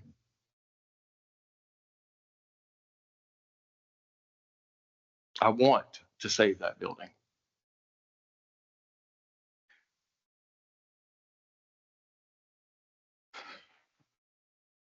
I'm passionate about this building. We made a decision to use it for government purposes.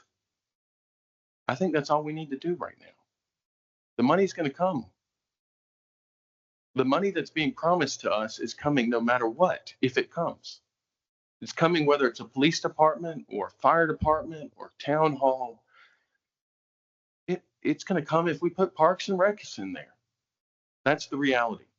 I heard some comments about solely using the building for police and not gaining access for Board of Aldermen. I will lose my damn mind if we don't get back in there.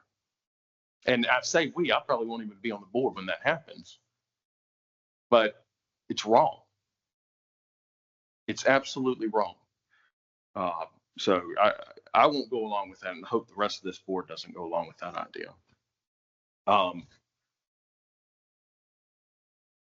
That's all. Alderman Mosteller, and just a reminder, you're going to have another shot at this when we get the agenda item. I'm going to save my remarks for when we talk about it. And I have some other remarks about some other things that have been said that I'll say later. Okay. So the next thing is to entertain a motion to approve the agenda. The motion is second. Is there any discussion? Not hearing any. All in favor, say aye. Any opposed? It's unanimous. Next one is to approve the consent agenda. Yeah, with the amendment that we're going to strike number 4 and put it off to another meeting because we just got the updated document. There's a motion and a second. Is there any discussion? Not hearing any. All in favor, say aye. Any opposed? It's unanimous. I am going to take a 5-minute recess now. Okay.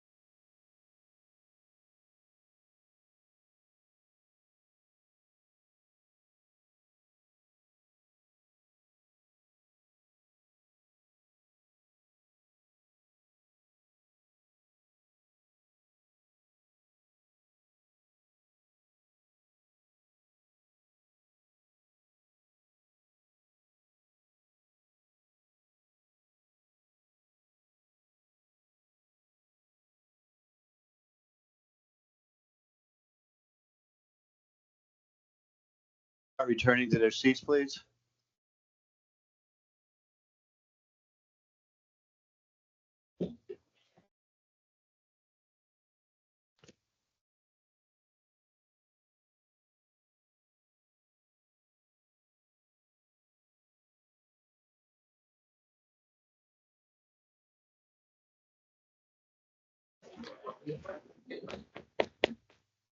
We're back in session, and the first agenda item is for Chief Charles Drew to talk to us about fire fees and fire taxes. This just came up because I had a conversation with the manager about this, and it's good. You see it in the papers, and so we wanted to have everybody know that, one, we are aware of the issue, and two, bring a little more clarity to the topic.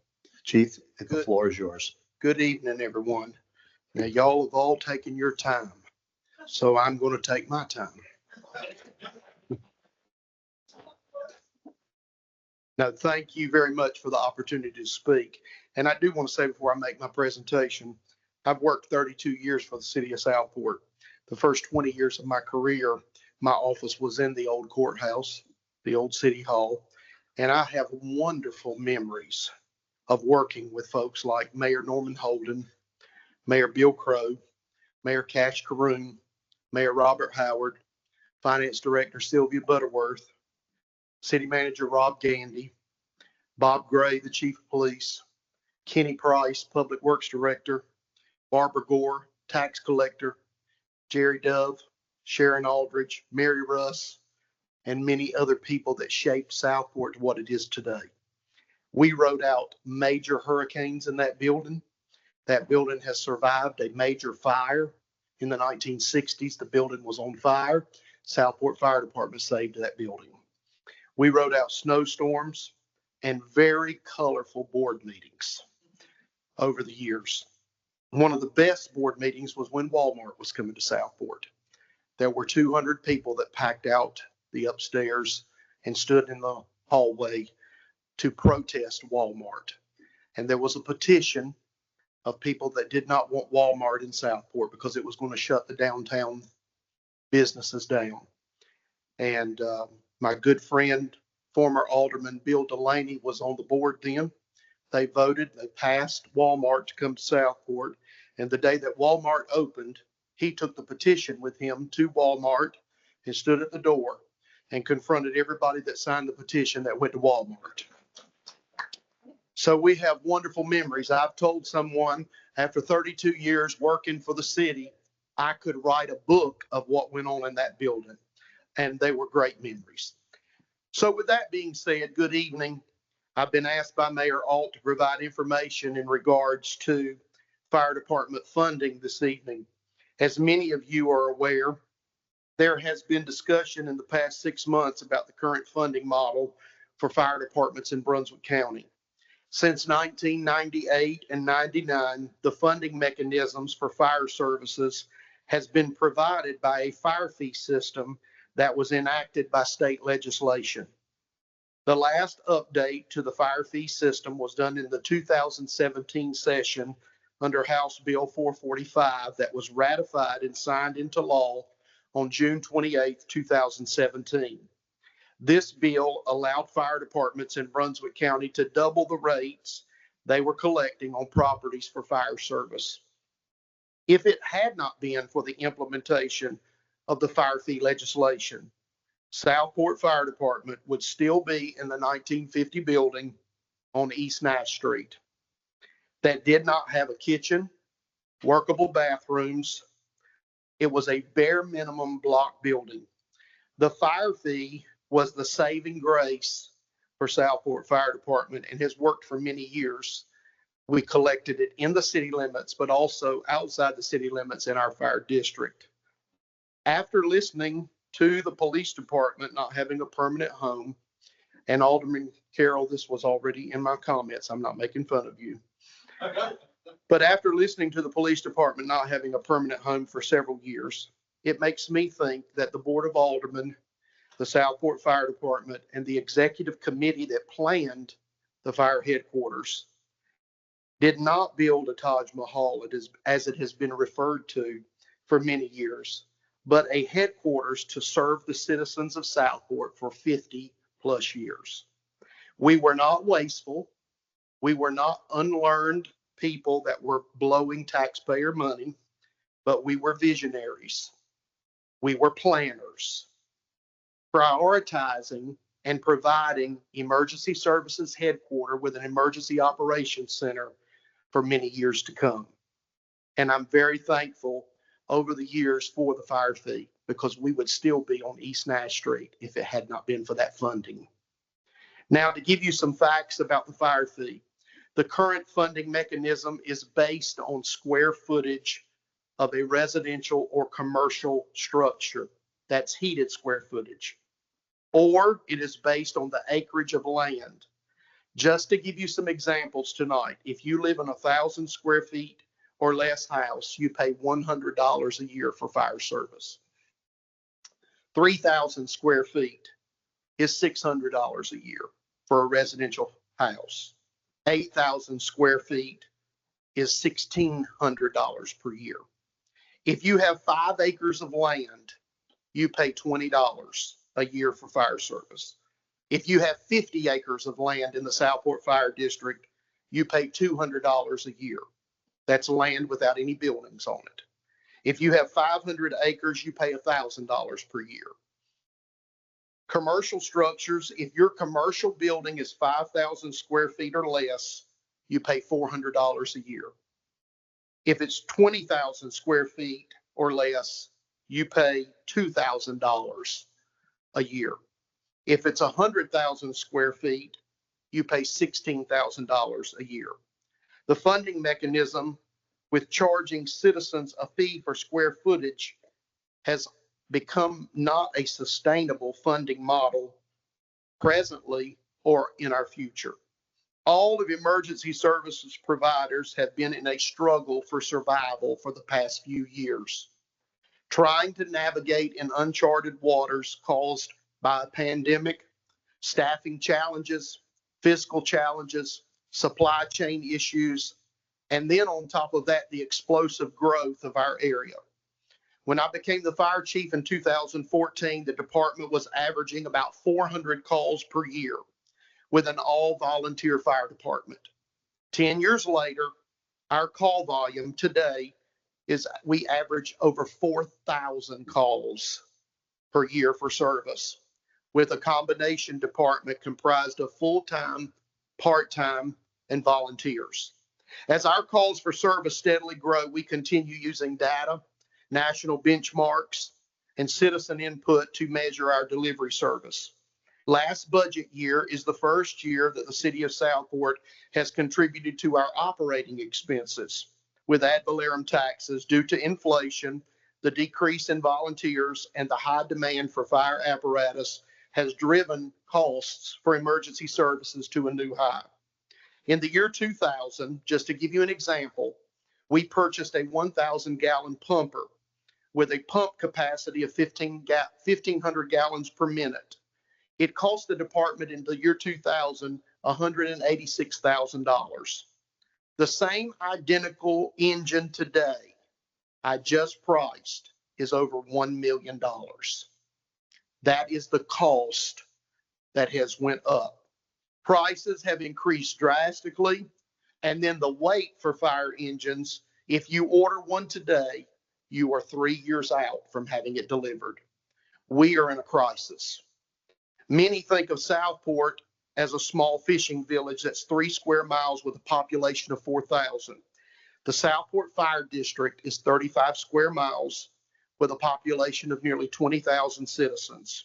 We're the only department in the city that has a responsibility outside of the city limits of Southport. Every property owner in our district, all the way from Boiling Springs to Oak Island to St. James, anybody within that district pays a fire fee that supports fire service. And I'm proud to say that the county has a 99.36% collection rate of that fee. This coming budget year, the Southport fire fee revenue will be slightly over $2 million. The Southport fire fee is the second largest revenue for the city of Southport general fund. The only thing that beats us out is ad valorem taxes. We bring in more money than any city department in the city of Southport. The majority of our budget is personnel cost. October of 2025 is a very important month for us. Southport Fire Department will be evaluated and inspected by the North Carolina Office of the State Fire Marshal for an updated insurance rating. We've got to concentrate highly on that upcoming inspection. Now, in addition to the fire fee, the members of the Southport Fire Department, and I want to throw this in, are doing their part financially to assist with expense through our auxiliaries with fundraising. Quarterly, members in our department are doing boot drives, plate sales, raffles, and other fundraising events to help the burden of expense. These events have purchased cardiac monitors, fire prevention supplies, nozzles and hoses, vehicles, stretchers, and training aids that have supplemented our budget and saved the taxpayers in Southport thousands of dollars.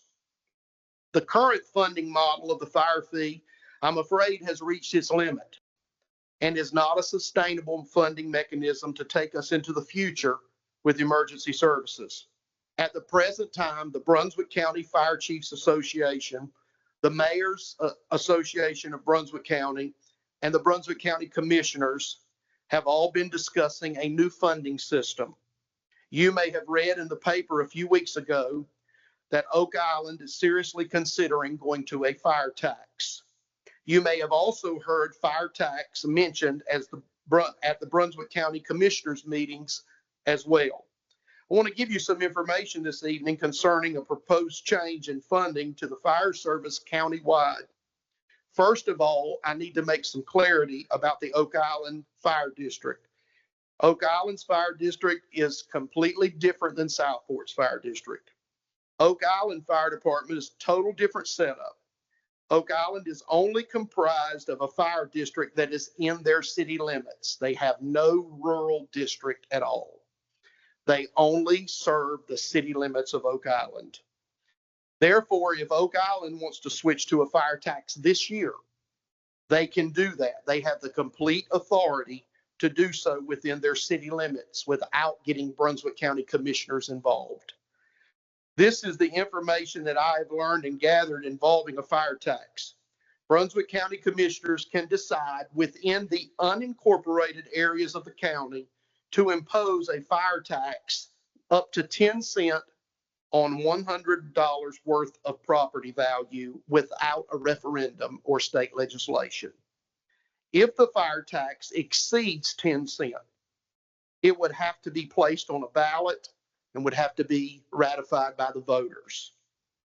If this was to occur, the city of Southport could decide to follow the county, and the Board of Aldermen could do the same for the corporate city limits of Southport.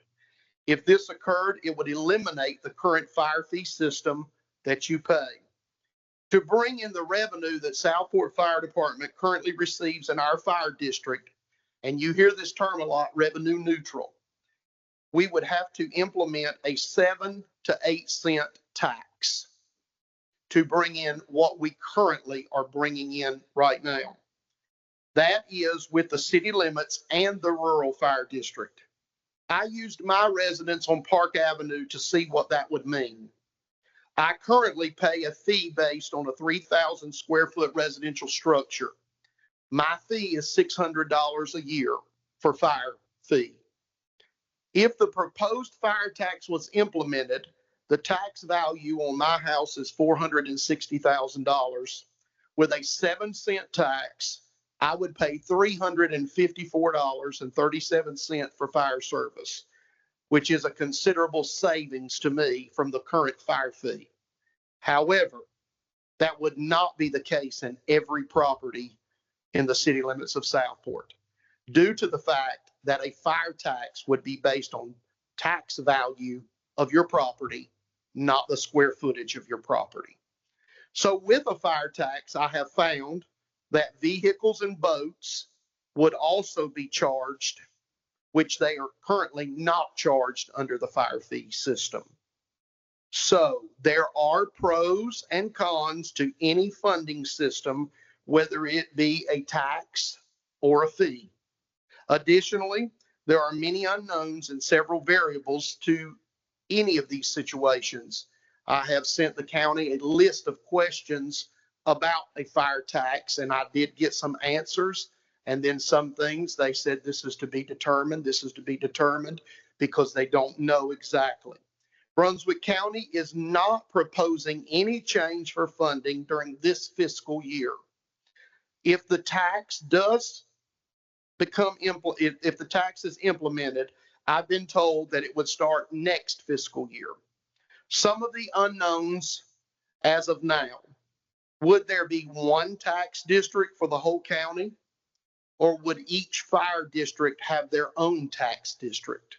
That is one of the questions that I asked county administration, and they said that is to be determined. I also asked, would a fire commission have to be established to distribute the funds, or would this be overseen by the county commissioners? That is also something that would have to be determined. In closing tonight, a fire tax structure based on tax value will change what citizens in Southport pay. Some will pay less and some would pay more.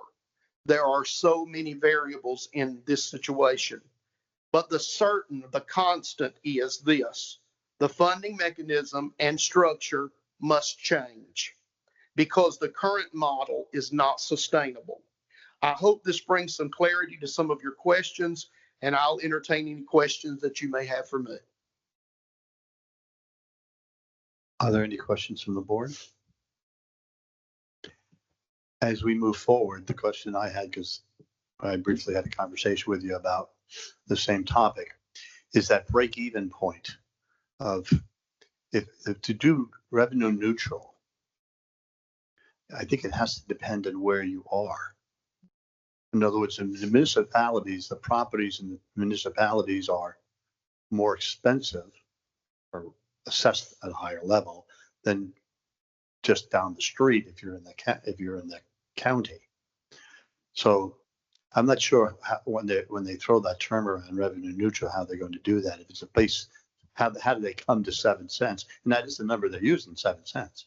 So I'm curious as we move forward, what does that all look like? And of course, that means that the 7 cents would be replacing the monies that you already paid for the fire fee. That would go away, and the 7 cents would be there. So I'm not sure that they've thought it all the way through how that would work. And so I think as we move forward, we have to kind of look into the weeds on this as far as how that works.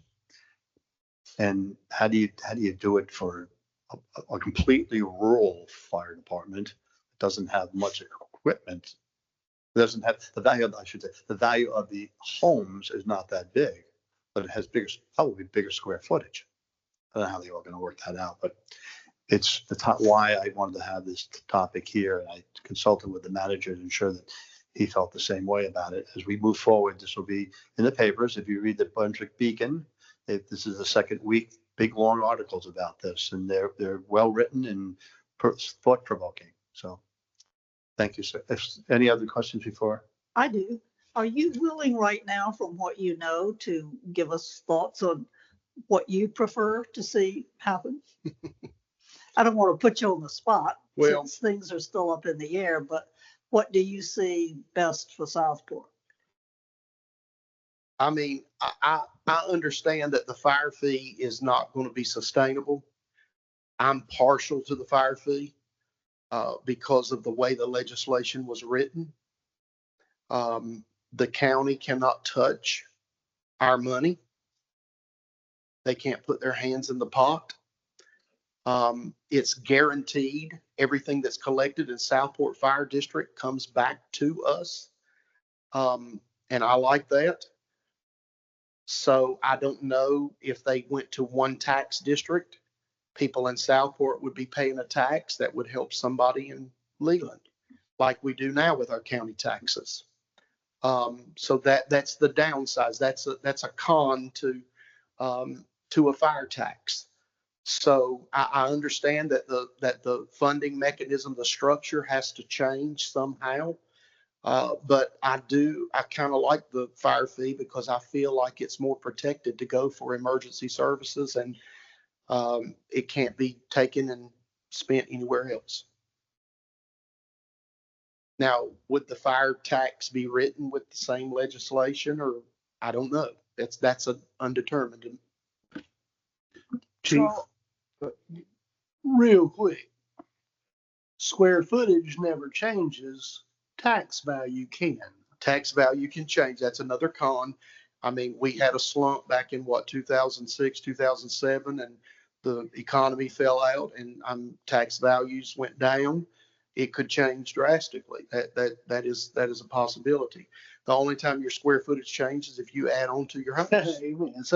So a consistent base versus a speculative base That could fluctuate. that I'm not excited about in the next 5 years. So I wouldn't want to put my into ad valorem value. Chief, why do you think that the model that we have now, why is that not sustainable? Did I miss something? Well, one thing is the model is based on growth. Okay, so it's based on how many houses that we build. It's based on, that's we're maxed out right now. So the only way that we're getting additional funding is for people to add on to their house or have development. And we've had a lot of folks that are against development. Alderman Marsteller. The question I had, I know we've talked about this before about the legislature. You're at the max of what you can charge for fire fees. Yes. Is there not an appetite to go back in and allow you to have a higher ceiling on that? That has been discussed with our representatives, and the representatives have told the county commissioners don't come back and ask for any increase in the fire fee. It's not as bad in the Southport Fire District, but when you get in a rural fire district, what you have is you have people that may have a double wide trailer that may be 1,800 square feet. They're paying a fire fee in that rural district of $400 or $500, and their county taxes may only be $200 a year. So it's kind of gotten out of balance, and they're feeling like they're paying more to the fire department than they are to have services from the county. So in those districts, it's really become a problem. Any other questions? Thank you, sir. The conversation, I'm sure, will continue. Appreciate it. All right. The next topic is Old City Hall Courthouse. And that is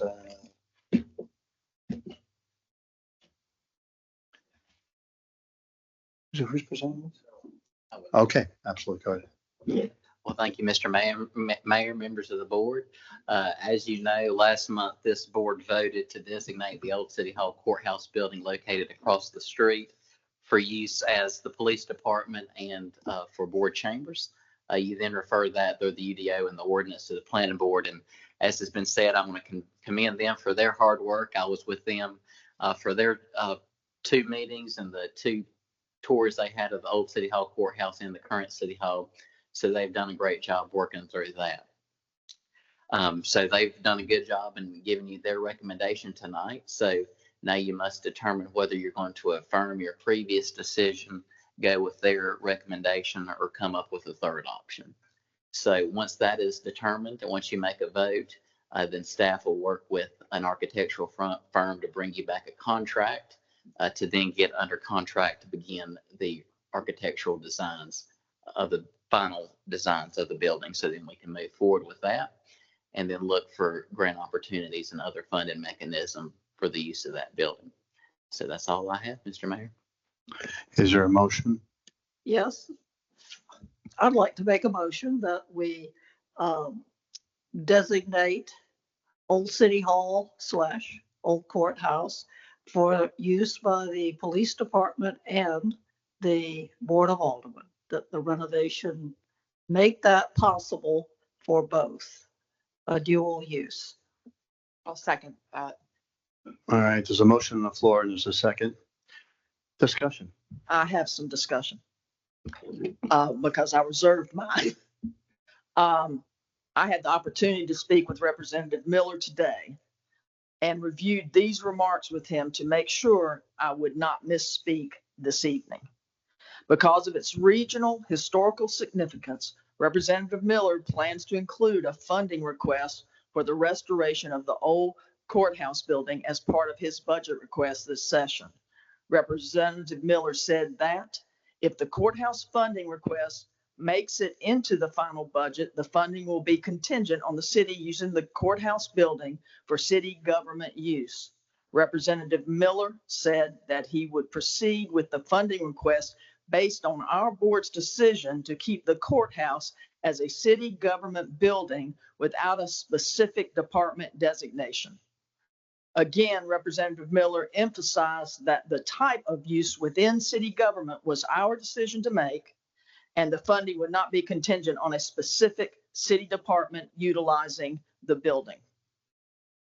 Our board has already voted to maintain the old courthouse building for city government use. So Representative Miller already has the board's commitment to continue the use of the historic courthouse as a city government building. With this, Representative Miller has what he needs to pursue state funding for the courthouse building restoration.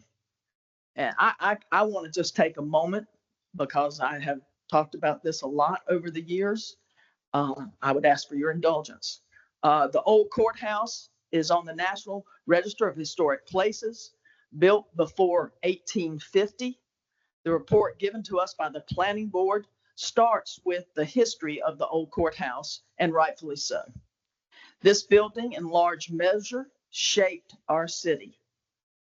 The funding that Representative Miller will be pursuing for the restoration of the courthouse is because this building is important to the history of Southport and our region. Not only is it an example of antebellum type of courthouse, it is the only one that remains in southeastern North Carolina. This building was created to be a public space, adaptive reuse that will allow us to keep some of the major interior features of this historic building, like the lobby entrance, and the courthouse chamber, and the wide hallway downstairs, must weigh heavy in this conversation. Part of the physical history of this building is the courtroom itself. Preserving the courtroom is a critical part of the restoration of this building, and trying to shoehorn some version of a police station into this building by reducing the courtroom by 500 square feet is not respecting the history that we're trying to preserve. We must be committed to this project, including the careful restoration of the remaining architectural features and materials while integrating new elements for the modern needs. Without having to build in the special needs of a police department, it will be easier to do an adaptive reuse of the building for city administration offices. Quite honestly, in the past, I was focused on the reasons that the courthouse was insufficient for a police station. I am grateful for the work of the Planning Board, and their report has helped broaden the conversation for me, demonstrating again, as Lowe said, why our ordinance includes the Planning Board in these discussions. I support the recommendations to restore the old courthouse for use as City Hall and utilizing a second city facility like the JC building for the planning department. Many communities have their planning departments in separate buildings. The county purchased an old bank in Bolivia and moved their utilities payment center outside the government complex. For a standalone department like planning and inspections, this makes sense. And creating a long-term solution for the police department by dedicating the current City Hall building for their exclusive use. The pressures on our city are unique for a town our size. During the budget review last week for the police department, we learned that their call volume had increased 34% this year. And rightfully so, Chief Coring acknowledged that he would probably be asking for an additional 2 officers next year. The 34% increase in call volume this year doesn't take into consideration that we are doubling our own city population in the next 10 years. This idea that that's 20 years out, we know that Indigo's coming. We've got almost 500 other units that have already been approved but not built yet. So to think that we're 20 years out for doubling our population within our own city is not correct. We have vacationing visitors, but the greatest day-to-day number of people are the thousands of residents that live in our neighboring sister communities that do not have a town center. Like us, those populations are continuing to grow as well, and more communities are being created around us. The comprehensive plan draft quoted that North Carolina traffic count, that the NCDOT traffic count reports that an average of 17,500 vehicles a day. And our police department has done counts that estimate during peak periods 30,000 vehicles a day travel along House Street. We are going to need more police. The fiscal impact study that we had done for Indigo identified the build out need would be for 6 more officers for that project. This doesn't take into account, as I said, the other development. If we choose to use the courthouse for city administration and locate planning elsewhere, it would reduce the space required, create more logical interactions within the space and the public. Utilizing the chamber upstairs for city meetings rather than have random police offices upstairs, it would be more logical to have offices for the city clerk and the deputy clerk upstairs, leaving room for upstairs bathrooms in the lobby area, leaving downstairs offices for the city manager, finance, PIO officer, and HR, mechanicals, IT, and storage. If the city receives state funding to renovate the old courthouse, a project of that scale will take at least 3 years to complete. And that's optimistic. It is reasonable to expect that we need to take out loans to pay for the upfit of the planning department building and the current city hall to accommodate the police department, much like the loan we took out for the firehouse.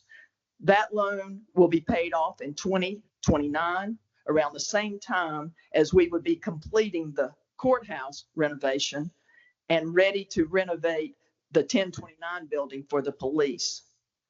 It is reasonable to use loans to be part of how we pay for big capital projects over time. It is going to be the only way we're going to be able to do these kinds of projects.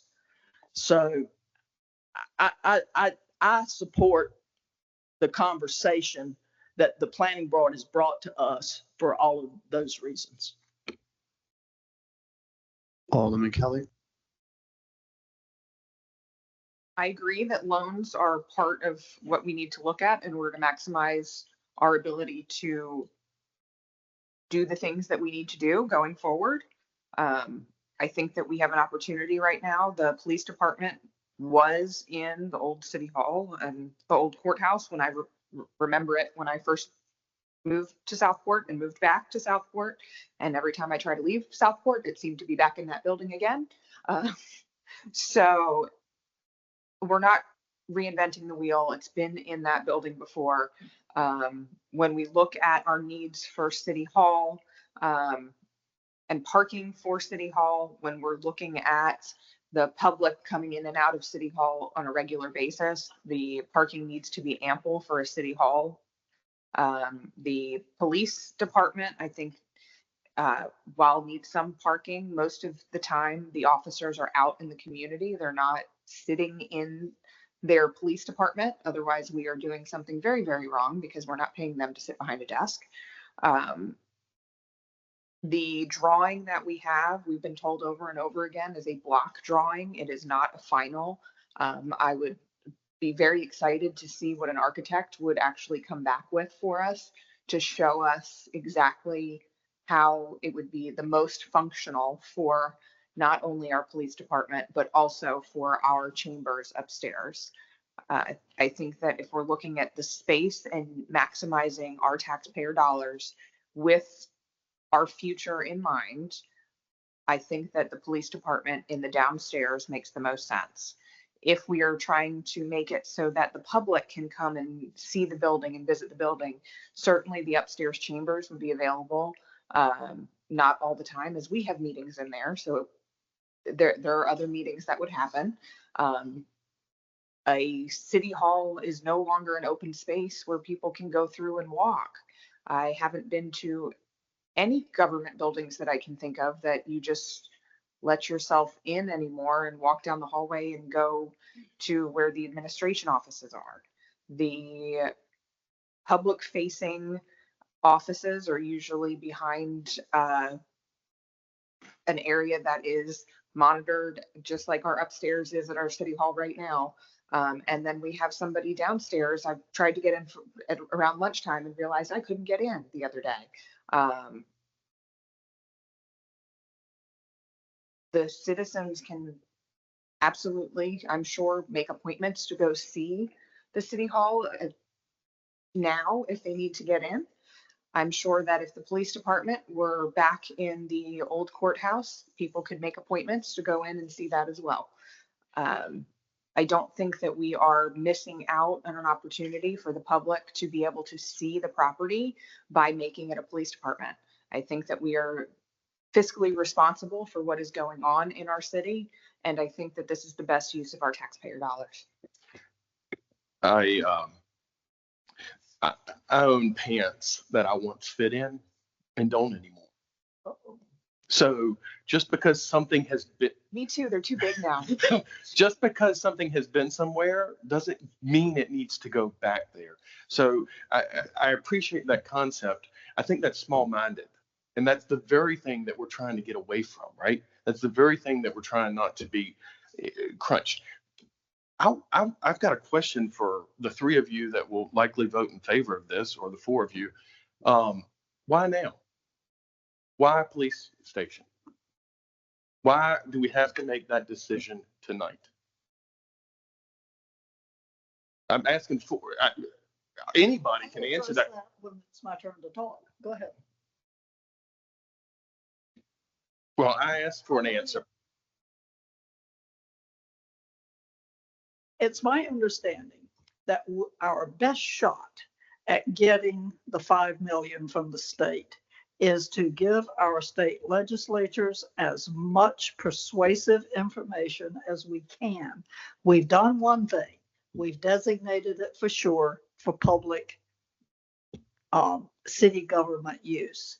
If they can also say, this is how it's going to be used, this is how we're going to use the money specifically, this will be much more persuasive and will stand a better chance of getting the money if they can actually show, okay, this is how it's going to be used.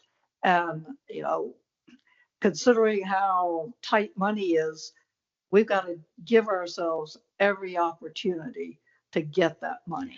So have you talked to Representative Miller? Have you had a conversation with him regarding that? I have not. Okay. He's not the only representative. Have you talked to any representative regarding this courthouse building? I have not spoken directly with any of them. Okay. But I have heard from those who have.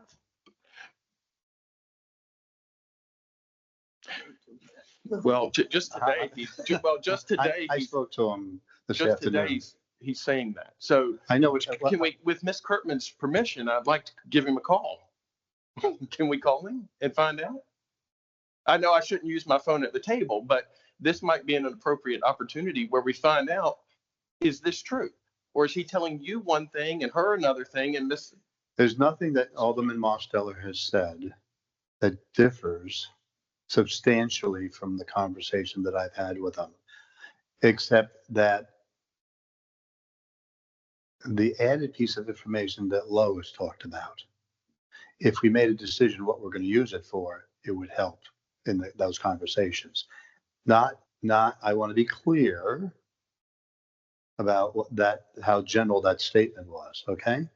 So I'm very aware of the comment Alderman Marcella made reference to the conversation she had with him. I've been party to that. That's a totally accurate statement. But I also know that I have talked to him, I don't know, 6, 7, 8 times. God knows how many times I've spoken to him about this. And putting structure to it could potentially help win the day.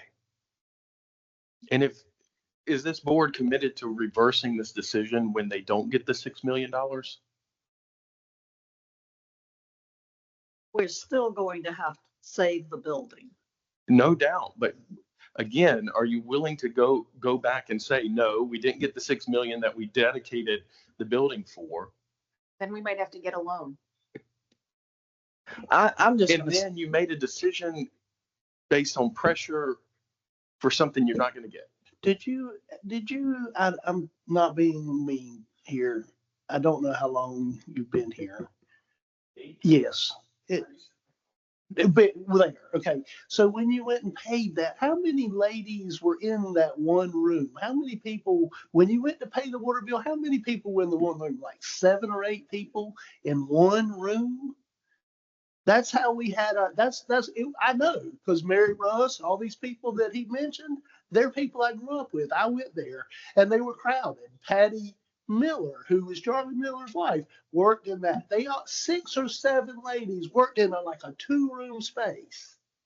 And you want me to put them back there? It's almost in your name, Robert. Do you know where we come from? It's the city hall. Hold on, it's me now. We have finally got to the position where everyone in City Hall has its own space. And some of them even have meditation spots that I want to take advantage of. Right, Cheyenne? Yes. Really happy environment for our employees. We finally given them enough room to work. So now you want to squeeze them back in somewhere else, separate them when they finally got in a position to work. It just doesn't make sense to me. And I know what functional obsolescence is. I've had a license for 25 years. Okay. I don't have to brag about my real estate abilities, my money, what I make, whatever. My heritage and my background and what I know about South Fork is my badge of pride. And I'll wear that. The additional thing is a number of those rooms are windowless. So you're going to put people who are going to sit in the room all day long in a windowless room. Because the interior rooms are like that. That's what they are. It doesn't mean they can't have windows into the hallway. I mean, there's a lot of conversation here that I think, and Frank said earlier today in his comments, we're not ready to make the decision. He said we need more time. I wrote it down. You're not ready to make the decision. He said that. I'm certainly ready to make a decision. Is there any more comment? Yes, ma'am, go ahead. Okay. I agree with Alderman Mosteller that it's going to be a problem. Whatever we do, we'll be shoehorning either city administrative work or the police department in. The only way to avoid that would be to have to use other buildings as well. And we can't afford to do that. For current city hall to be appropriate for the police department, the bathrooms, the showers, the refitting for something that the police department could use would be one thing and would cost something. Yes, we could take out a lot. For administrative offices to move to city hall, again, we would have to retrofit at least one other building.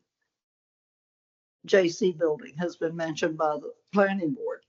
And in the planning board's very excellent analysis of all the possibilities, the thing that emerges is there's no perfect place.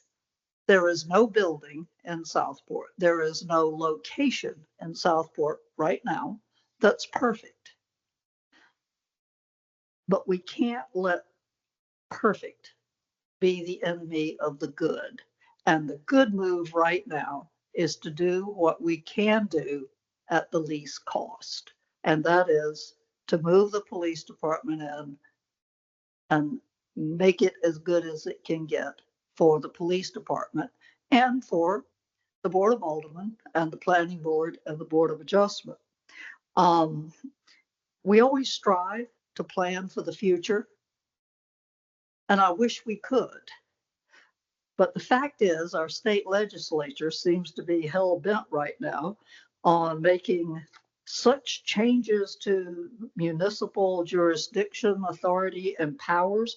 We don't know what 5 years from now will be. 3 years ago, who would have expected that we would lose the ETJ, that we would be facing bills that completely rip up our zoning? I sure didn't guess. It all started 2 years ago. But we've got to do what we can do now. We've got to get started. We've made the start to get rid of the mold. We've done the mitigation. We got at least the temporary HVAC going so the mold doesn't come rushing back in. That's good. But now we've got to keep going. Or, we can let it go for another 9 years. So I don't like any of the options that we have right now. It's not a perfect world. In my perfect world, we would sell current City Hall and use that money to build something purpose built. But we can't do that. We can't even afford to do that. So that is why I've chosen what I think is the best option for now. Who knows what 5 years will be? One thing we know reasonably for certain is that Chief Corn and his people are going to be out next to the olive oil place for the next 3 or 4 years. That's what our lease is. So That's about when we will be done with what we're going to do. So again, regardless of what we do, it's going to cost a lot of money. We can either renovate one building or 2 buildings or 3 buildings. It's going to take time. What is the best use of the time and the money? And more importantly, where's the money coming from? I hadn't seen anybody backing a truck full of $100 bills up here recently. So, we can ask for grants. Hopefully they'll come. I know that you've had some conversations with Representative Miller. Hopefully with the mess we have in the western part of the state, who knows? I hear everything you're saying, Alderman Davis, that this is the best thing at the moment, but that's not what we're supposed to be doing. We're supposed to be long-term, long-range planning and looking at this, because if we're spending the money and it's not a long-range plan, then that's not a good plan. And that, for me, this is short-sighted. This, by the time 3 years from now, by the time if you prevail with putting the police department in there, it will be that further obsolete for that purpose based on the square footage that we've been given the numbers when you look at those numbers. So no, there's no plan for any growth in that. So I just feel like that this is not a long range solution. And if we're going to be spending this kind of money, we need to be having long range solutions with it. With luck, we're not going to have to spend much money. God will. Okay. Yeah. Any other comments? Not hearing any other comments. Alderman Davis. Not hearing any other comments. All in favor of the motion to put the police department in the building as well as the meeting room upstairs for the 3 boards, say aye. All opposed? It's 4-2. Next topic. Legislative updates. Maureen and Brady. This is, as she's getting ready, just to let you know, as some of you probably already know, there's as Alderman Davis has talked about, there's a slew of documents out there. There's over, I think that last time I saw at least 1,200 or 1,300 bills between the 2 houses already, and they have until May 2nd to get that more done. So we're having this discussion just to bring you up to the important ones. Thank you. Good evening, Mayor and members of Board of Aldermen. Tonight's legislative update is on the bills that have been introduced as recently as just 7 days ago. And there will be changes to the language that have been submitted, and there'll be more bills introduced. So reviewing the bills now, we can only speculate the impacts at this point, and we, meaning the planners and attorneys across the state, are all navigating through the language, and we don't know how they may be interpreted or implemented at the local level at this time. So I just want to kind of preface that there is a lot of moving parts in these different bills, and there's some language that is vague, but also very, very specific at the same time. So we're trying to, just try to get through this. I'm going to give you just a brief synopsis of the bills that you had asked for us to review earlier this week. And then I'm going to turn it over to Brady, and he's going to be talking about House Bill 756, which is the large omnibus for the local government development regulations. So with no further ado. The first one was Senate Bill 493, which is land use clarification and changes. This would allow permitting schools in commercial zones, clarifying existing use rights on property with established vested rights, and for properties with multiple jurisdictions. If there's not a local resolution determining that development jurisdiction, the property owners can elect to use whatever regulations they choose that encompasses the majority of their property. And this would be used under any of our properties that used to be in the former ETJ. The next one is Senate Bill 495 and House Bill 627. It's the regulation of accessory dwelling units. And this change would allow accessory dwelling units by right, and it would not allow additional parking. It would allow the ADU to be rented to a separate household for long-term rentals, but you would be able to regulate setbacks, height, location, and certain size limits. The next one was Senate Bill 497. I'm sorry, Mo, Yes, can I sir. just interrupt you just for a second? On the last sentence that you said on that bill, I'm sorry, sometimes getting them confused. There was a concern about if that bill went through about stormwater impervious. Do you think that bill addresses that with the setbacks? Or in other words, if you put the second building there, I didn't see anything. Robert, maybe you saw it. There was nothing in that bill that spoke of stormwater. None of the bills, as they're adding more density, do they talk about stormwater? Which, if you've been here for more than a day and a half, you'll know there's an issue. That's Okay. correct. Yes. Thanks. You're welcome. The next one is Senate Bill 497, which is to expand middle housing. And this would allow newly defined multifamily units, which were going to be attached units up to 6 plexes as permitted uses in all residential zoning districts.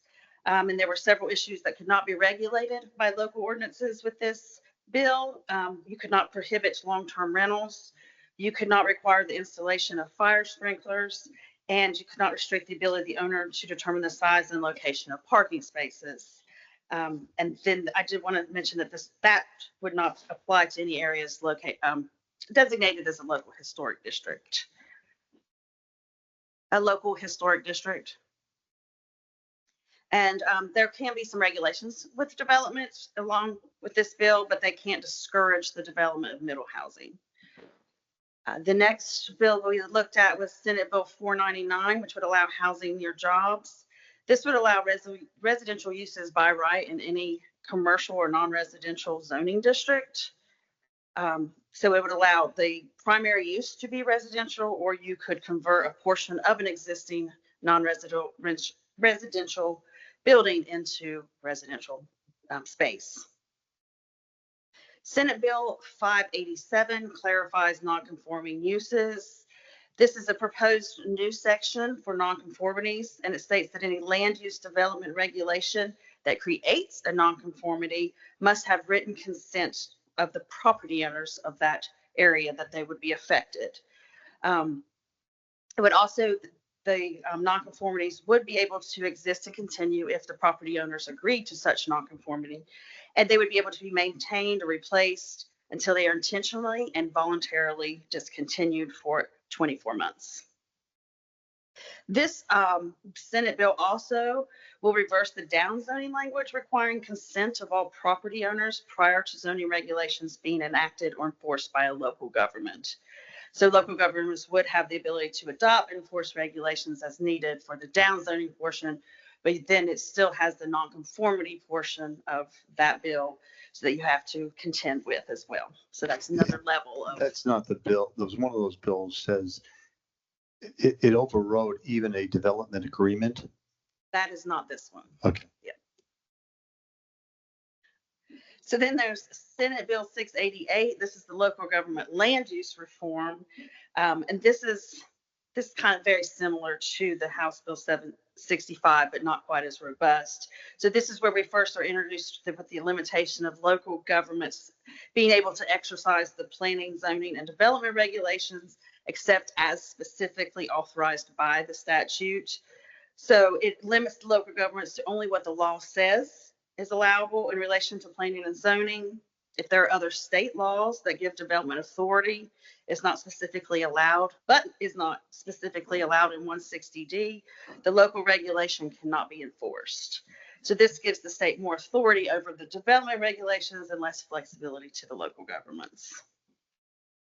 This bill also removes the ability to apply design elements to projects, even if the property or owner or applicant agrees to it during a zoning or development approval process. The residential zoning any residential zoning shall allow all residential uses by right, so long as they are no less than 4 acres or 4 units per acre. And that 4 units per acre is our threshold, depending on the population size of the city of Southport. And then this one also would remove the requirements for establishing parking for different uses and regulating the size of parking spaces, except for handicap parallel or diagonal spaces. Could you go back to the one you just finished off on? I'm sorry, I didn't catch you quick enough. And that is because we're under 20,000 population, we could have any zoning less dense than 4 houses per acre. And in the county, because they're over, I can't remember what the other number is, but they're over it, they could not have any density less than 5 residents. 5 or 6, yes. Yeah, just so you know what that is. Yeah. This removes driveway standards unless you're abutted to a public road, and removes the ability to require sidewalks unless you are connecting to an existing sidewalk or a plan, or if you have a sidewalk plan that offers those sidewalks in that area. This also adds some additions that local officials may be held personally liable for injury and damages. And there are provisions to allow a person to bring civil action for certain land use decisions that are going against the state statute. So that is included there. So the last 3, those that we just went through, that the League of Municipalities is kind of watching. And the next 3 are with the North Carolina Planning Association. They were 3 of their priorities. It's not, they have some other ones that are prioritized, but these were 3 that I thought were interesting for us. The Parking Lot Reform and Modernization Act removes the dimensional requirements for parking spots, except for handicap parallel diagonal parking, and removes the ability to require the minimum number of parking spaces allowed. This bill also includes the stormwater requirements cannot be imposed on pre-existing built-upon areas for small-scale residential projects, and provides the ability of local governments to provide incentives for stormwater capture ordinances. So that is some of the stormwater that is included on that. And Senate Bill 314 eliminates ETJ overlap. This is not applicable to Southport, but it will affect all the other municipalities within Brunswick County and will then expand the planning and zoning authority in the county itself.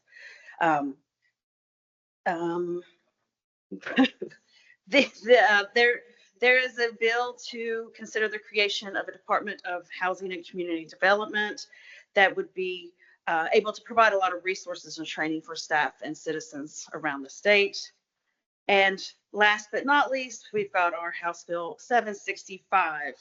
And I would like to preface that since I first distributed some of these comments before, the bill has been reviewed by many attorneys and planners and other policymakers throughout the state. So I think people have been really digging through it and seeing what this may encompass, so that the bill's effects do have the potential to change the landscape of planning, local planning in North Carolina.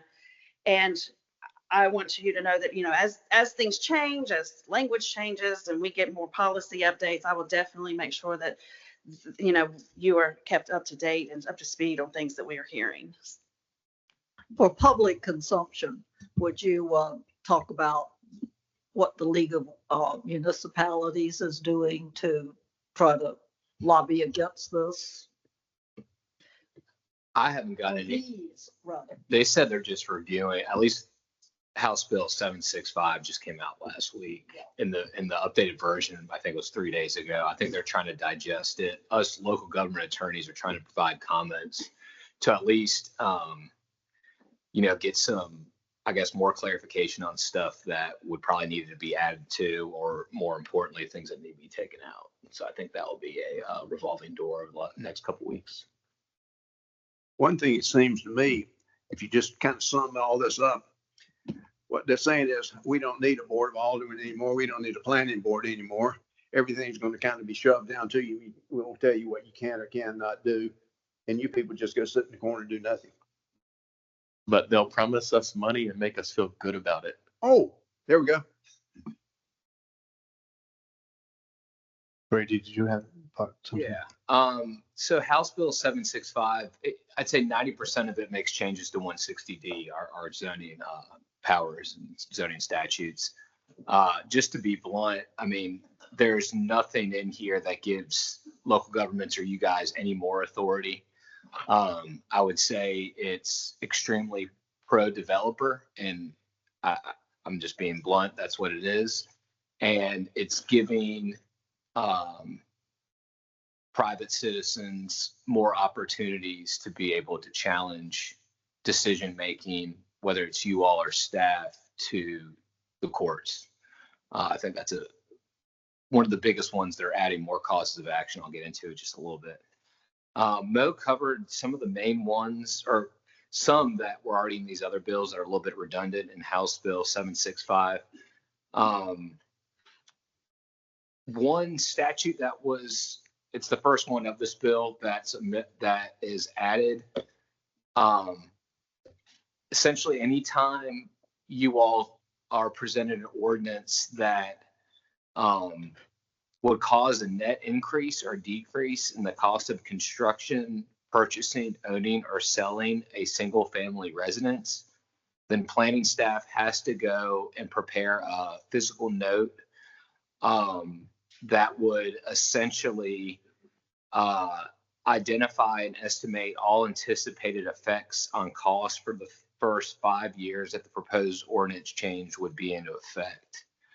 So that's going to be a huge learning curve for planning staff on what all that means.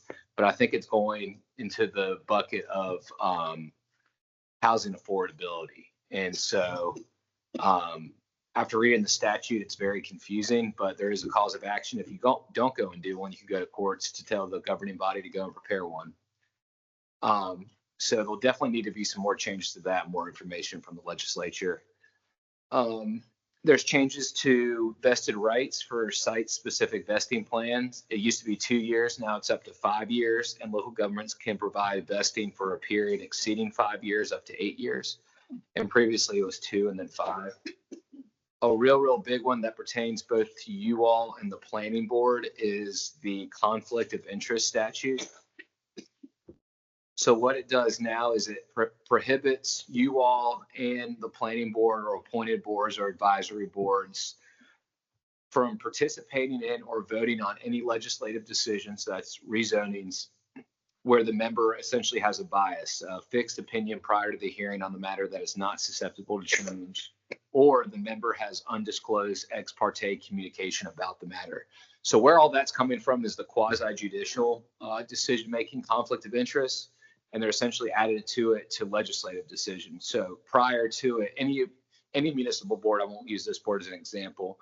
If I'm a developer with a legislative decision you all are going to go and decide upon for rezoning, I can go and reach out to every single one of you all and not be breaking the law. Now this is essentially saying is that you all cannot go and talk about this, especially with developers. If you do, you have to go and disclose it. And it's broad enough language to say that you can't discuss this at all. And does that mean staff? Does that mean amongst yourselves, as long as you're not violating the open meetings law? It appears to go that way. It's mind-boggling when you read it. So that was a real big one that's going to go and impact every governing body directly. I'll keep rolling through. If anybody has any questions, we can go through at the end because I got quite a few more. So consistency statements. It used to be that the substance couldn't be challenged in court. Now they are changing it where the consistency statement is subject to judicial review. Another big one too being rezonings. So now there's a shot clock. Once a developer goes and submits an application, Mo has 14 days to make a decision on that and whether it's complete or incomplete. Once she goes and makes that decision, then there's a 90-day shot clock for you guys to go and render a decision on that. How many days? 90. And of course, that in the middle of that 90 days, the planning board has to go and provide a recommendation on that. So it's a tight window now. So, if this passes, there'll have to be a little bit of changes to how we've been doing it in the past of having the public hearing and the decision making to be able to go through that 90-day timeline. Again, they want these projects to be pushing through to creating that shot clock. Conditional zoning.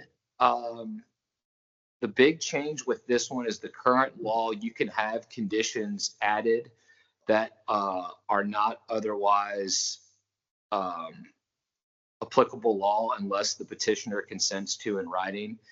Now you can't go and have a condition, even if the applicant goes and consent to any condition not authorized by law. So it'd be, typically conditions are anything that's reasonably related to the property. You can no longer ask. Can you give me an example of what that would be? I don't know, Mo, you got to go and help me out a little bit of.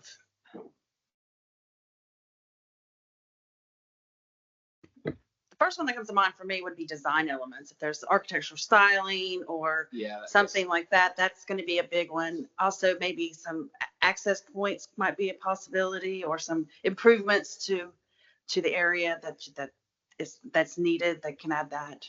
Perhaps it's deviating from some of the requirements in 160D. I don't know if we can do that anymore. Yeah. I want to be sure I'm following. So it's not. Does this mean that if we had conditional zoning could not take into account design elements, entrances, exits, so forth? That's correct, yes. And so now, if you have the consent of the applicant and everyone agrees, it's not a problem. And if you don't? If you don't, if you don't agree, then it doesn't. But with this change, regardless if there's consent by the applicant and the local government, it doesn't matter. You cannot put that condition on the zoning. So basically, we would have to have the zoning written, whatever the standards are. So it's not really conditional zoning that allows you to negotiate. Not- Seems to limit that. Yeah. Yep.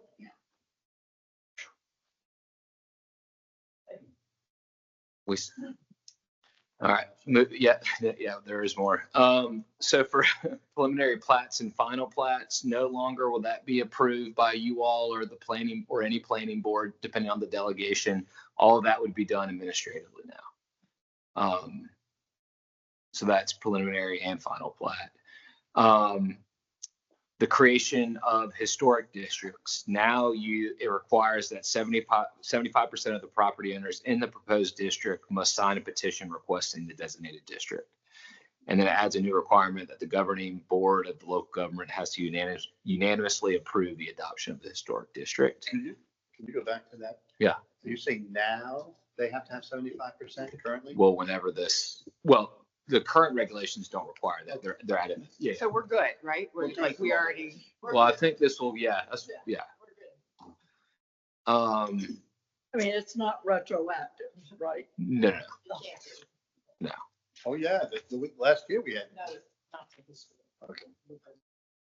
Yeah, it's not saying it in that section. Now they go in one of the statutes and bring in a cause of action to challenge a local or a zoning regulation. Now you can go and challenge, anyone can go and challenge a local development regulation or any local government decision. In the courts. In the courts. And then under that statute, it expands claims to include if an ordinance is arbitrary or capricious, or that any decision by staff, local government decision-making board, or government official, if that decision was ultra-virus, preempted, in excess of statutory authority, unlawful procedure, made in error, arbitrary, capricious, or abuse of discretion. So it's just giving. So those are. Majority of those were already, you could already go and bring a cause of action, but 160D is just clarifying to say that you can go and bring that and challenge those in court. There's also a cause of action that any person can go and bring a lawsuit to enforce UDO provisions and recover damages, costs, and other equitable relief. So I think a private citizen could go and bring a lawsuit against another private citizen to enforce a municipality's UDO. And presumably the local government would be a defendant in that lawsuit. I would imagine asking the court to say, local government, go and enforce your ordinance against them because they're in violation. So would there be any definition of who has standing? Can somebody from Charlotte come here and just go through the records and decide to start suing everybody? The statute doesn't say, but that was immediately what came to my mind if I'm defending it.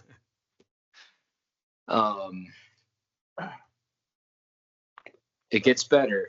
Oh, God. So now you can go and you have other remedies. If you go and bring a lawsuit, you get actual damages. And if any member of a decision-making body has found to have impermissible violations of due process, considered evidence outside an evidentiary hearing, acted maliciously, arbitrarily, capriciously, or unlawfully, the decision-making board is liable and the court may award punitive damages. So damages that are intended to go unpunished. And if you're found to be liable under those, the court shall also award attorney's fees to the party who successfully brought that lawsuit. We're going to have to up our insurance. So that will be another exciting one, I guess. Yeah, that's kind of the nuts and bolts of it. But as you can see, a lot of the added statutes were some of these causes of action, giving some more recourse to developers And anybody else that are trying to go and get development approval and just more ways that you can go and challenge that in the court system. And unfortunately, have liability for attorney's fees and other actual damages. But Basically, what you're saying is they present something, you better say yes, because if you don't, you can get sued. and it's not just this board, but all my municipal clients, you really have to be sharp. We cannot go and screw up. Yeah. Any other questions from the board? So I see there's two overriding issues at the strategic top of what they're, all this nonsense. One is the builders want to be able to sue us if we say no, as Frank pointed out. That's a clear part. The other is a term that I know they've been kicking around in other states, and I've just heard it recently down here, is the missing middle. And the missing middle. And so the missing middle is the people who can't afford to buy a standalone residential unit. And they're throughout the country, they're trying to struggle with what that means. A couple of those have to do with building that auxiliary building in the backyard or in the side yard or whatever yard you have. And that, if I was guessing, has some traction in Raleigh, but they're going to do something on the missing middle. What that is, I don't know what that is, but because it's caught on in other states, and I think that's where they may be going. The other, if there's any hope out there, as I said, there's like 1,200 bills at least on between the two chambers, and about only a couple hundred will ever make it through. So a lot of these will be chopped apart. Which ones will be chopped apart based on past practices? I have no idea, but I don't know that we'll get hit with all of them. But I took Maureen's document and I made sure that our House representative and our local state senator has a copy of that document so that they are aware that these are the bills that we're concerned about, and ask that we go through those bills again and identify the key issues for it a little more in depth than the first round of it was, and keep them abreast of that, how disastrous this will be for not just Southport, for every municipality. Is that where it, to mimic what Frank was saying, is that where you want to go? Are you saying to the world, we're going to do away with the municipalities? If that's what you're going to do, then say it. So we have to figure that out. And so that was really the conversation I had this afternoon. The part about the old courthouse was secondary. It was really about these bills and making sure they understood that I didn't want to hear somebody say, well, you didn't tell us, you didn't speak up, but we are speaking up. And we'll see how it all rolls out. If there's no other questions of Brady or Mo, we'll move on to the next topic. All right. The next topic is, let me put my glasses back on. I apologize. Is Alderman Spencer. Yes, sir. I will ask Mr. Stanley to help me explain the different options that we have. But when we transferred our sewer and water system to the county, we did not realize that we would no longer control our cemetery water. We have meters there that have to be realigned so that we can pay for this water. And there are two options that they've come up with, I believe. I also owe Mr. Stanley a major apology because I messed up a romantic date night with him and his beautiful wife. And I apologize, but thank you for being here to help us, Tom. I'm sure she appreciates that.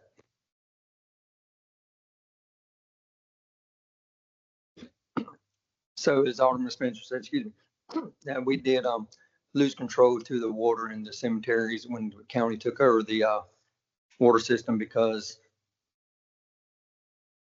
age-old Southport ways, the water in the cemetery was not metered. County called me, so here we are. So, you know, I touched on it, I think briefly in a prior meeting. There are a few options to the cemetery. One option is we can install a large meter, rehook all the piping back up that's currently in the cemetery. We would have to reroute some things, but also in the meantime, or in the near future, we have to relay every piece of water line in the cemetery because most of it is galvanized piping and it will fall under the EPA, get rid of the galvanized lead, copper, piping regulations that's come on. So to me, that's not the best option because of the exponential costs that will be coming up in the future to relay every single line in the cemetery. Plus, most of those lines were installed well before the roads were paved. I think 2015, maybe 2016, and well before it's gotten the population it has now, if population is the correct term to use in the cemetery. The other option would be to install a few smaller meters, smaller taps. And my thoughts were 2 1-inch taps somewhere centralized to where lines could be laid, or two faucets or spigots could be put up. And anybody who wants to come water their loved ones alone could get their watering pot, flower pot, or whatever, and take it to their respective site. Alderman Spencer, I had a brief conversation with him. He had an idea that actually kind of intrigued me that I didn't think about. Thank you, Mark. Is install 2 taps somewhere, in proximity to where you could stretch a hose from either direction and touch every place in the cemetery. And that would be to have the county install 2 taps, kind of centralized to where everybody can reach it, like I said. And just on the 2 lanes, run water line up down the road, whatever A, B, C, or D it ends up being on, with a few hose bibs, so people could actually attach a hose to it and stretch it to their sites. The downfall of that is, are people going to pick up their hose, or are going to leave hoses stretched out all over the place, making it cumbersome for maintenance? All of this comes at a cost, and it's up to you guys to decide what cost you want to bear and how you want me to move forward, or if you want me to move forward.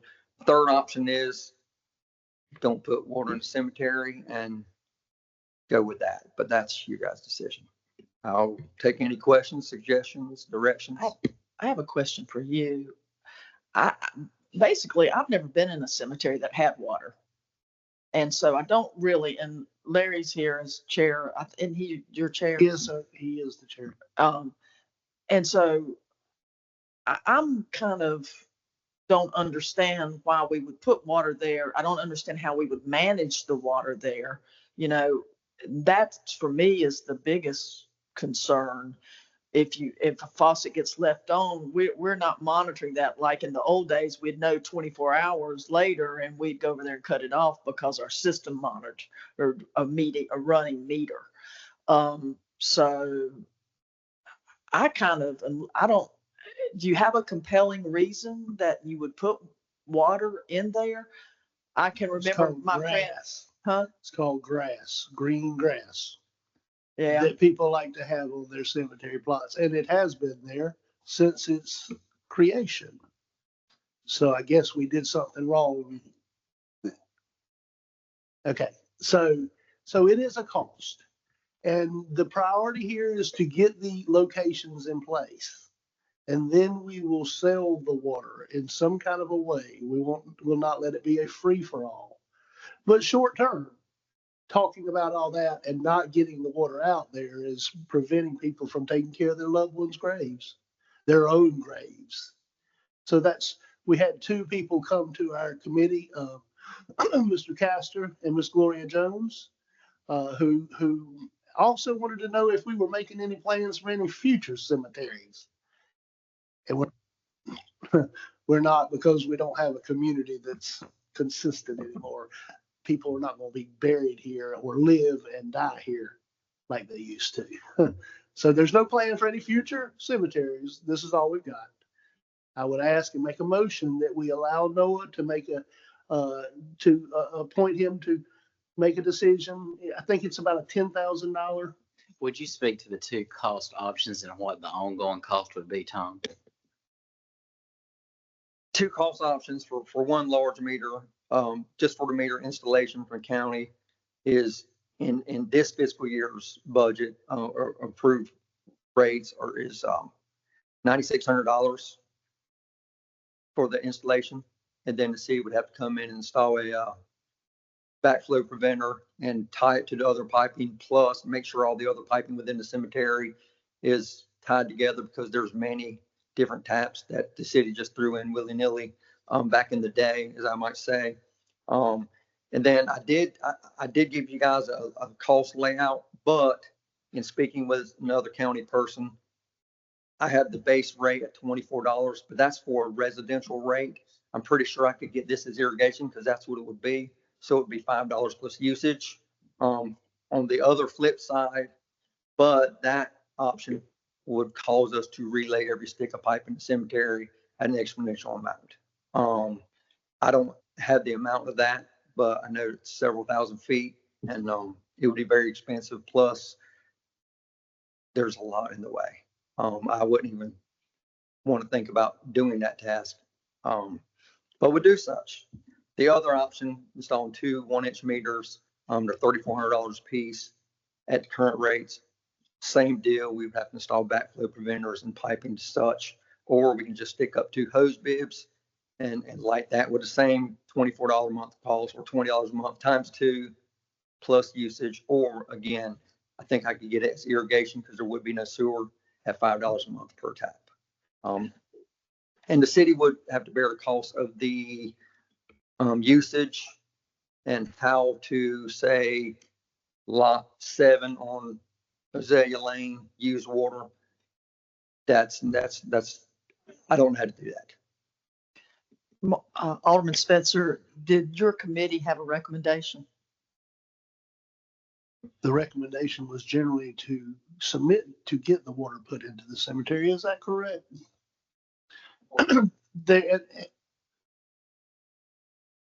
Yes, sir. Just Northwood Cemetery. This has nothing to do with anything else. I would like to monetize the water at some point.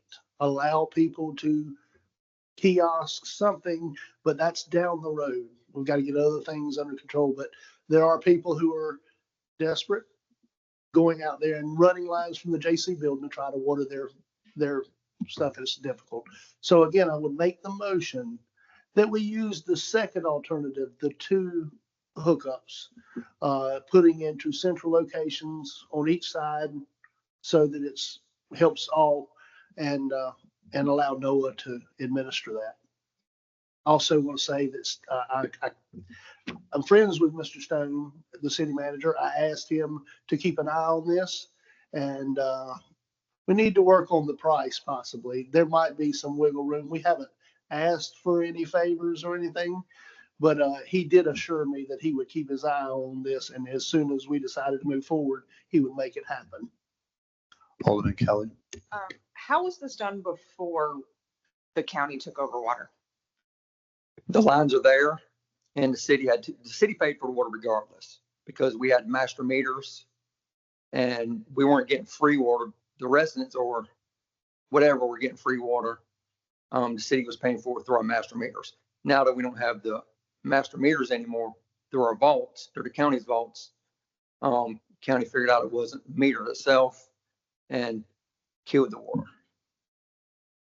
Were we using the lines that we're saying we can't use now because of the lead pipes? Or Yes, the lines were there, yes, and we're still there, but disconnected.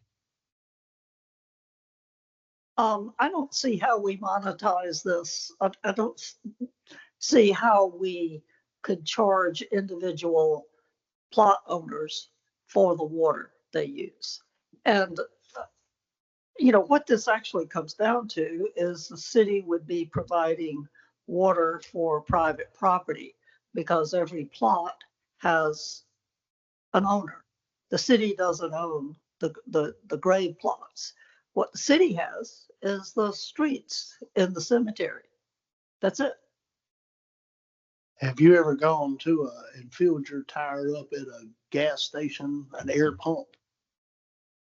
What? Have you ever pumped your tire up at a gas station, a little kiosk where you pump your tires up and you put a quarter in, or punch in a quarter, or you give it your credit card. You ever done that before? No, other people do that for me. Okay, well, that makes sense. But that's what I'm suggesting is a simple kiosk that 5 gallons of water for $1, whatever. But there is a way to monetize it. We've been working on that in the cemetery committee. Jason as well we've been working on getting a way to generate money for perpetual care of the cemetery. So this is a necessity. It was not thought out for the people who wanted to give away our wastewater treatment and our water. I think you were one of those. But we are where we are. So are we going to pay for our mistake, or are we going to let the citizens of Southport let their grass go brown in the cemetery? I'll make a motion again that we ask Noah to look into this and allow him to make a decision. There's a motion and a second. And is there any further discussion on the topic?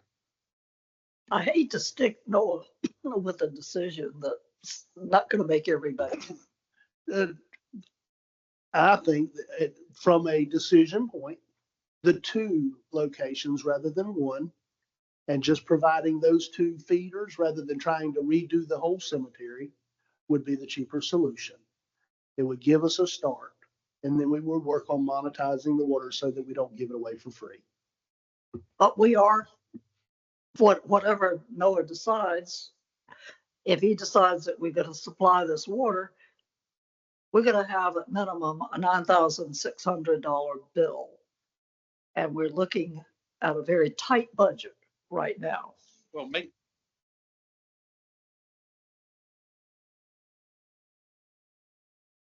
All right. So there's a motion, there's a second. We've had the discussion. And let's qualify no more than $15,000 or no more than $10,000. And if it goes above that, we come back and we discuss it. Is that all right? Mr. Spencer,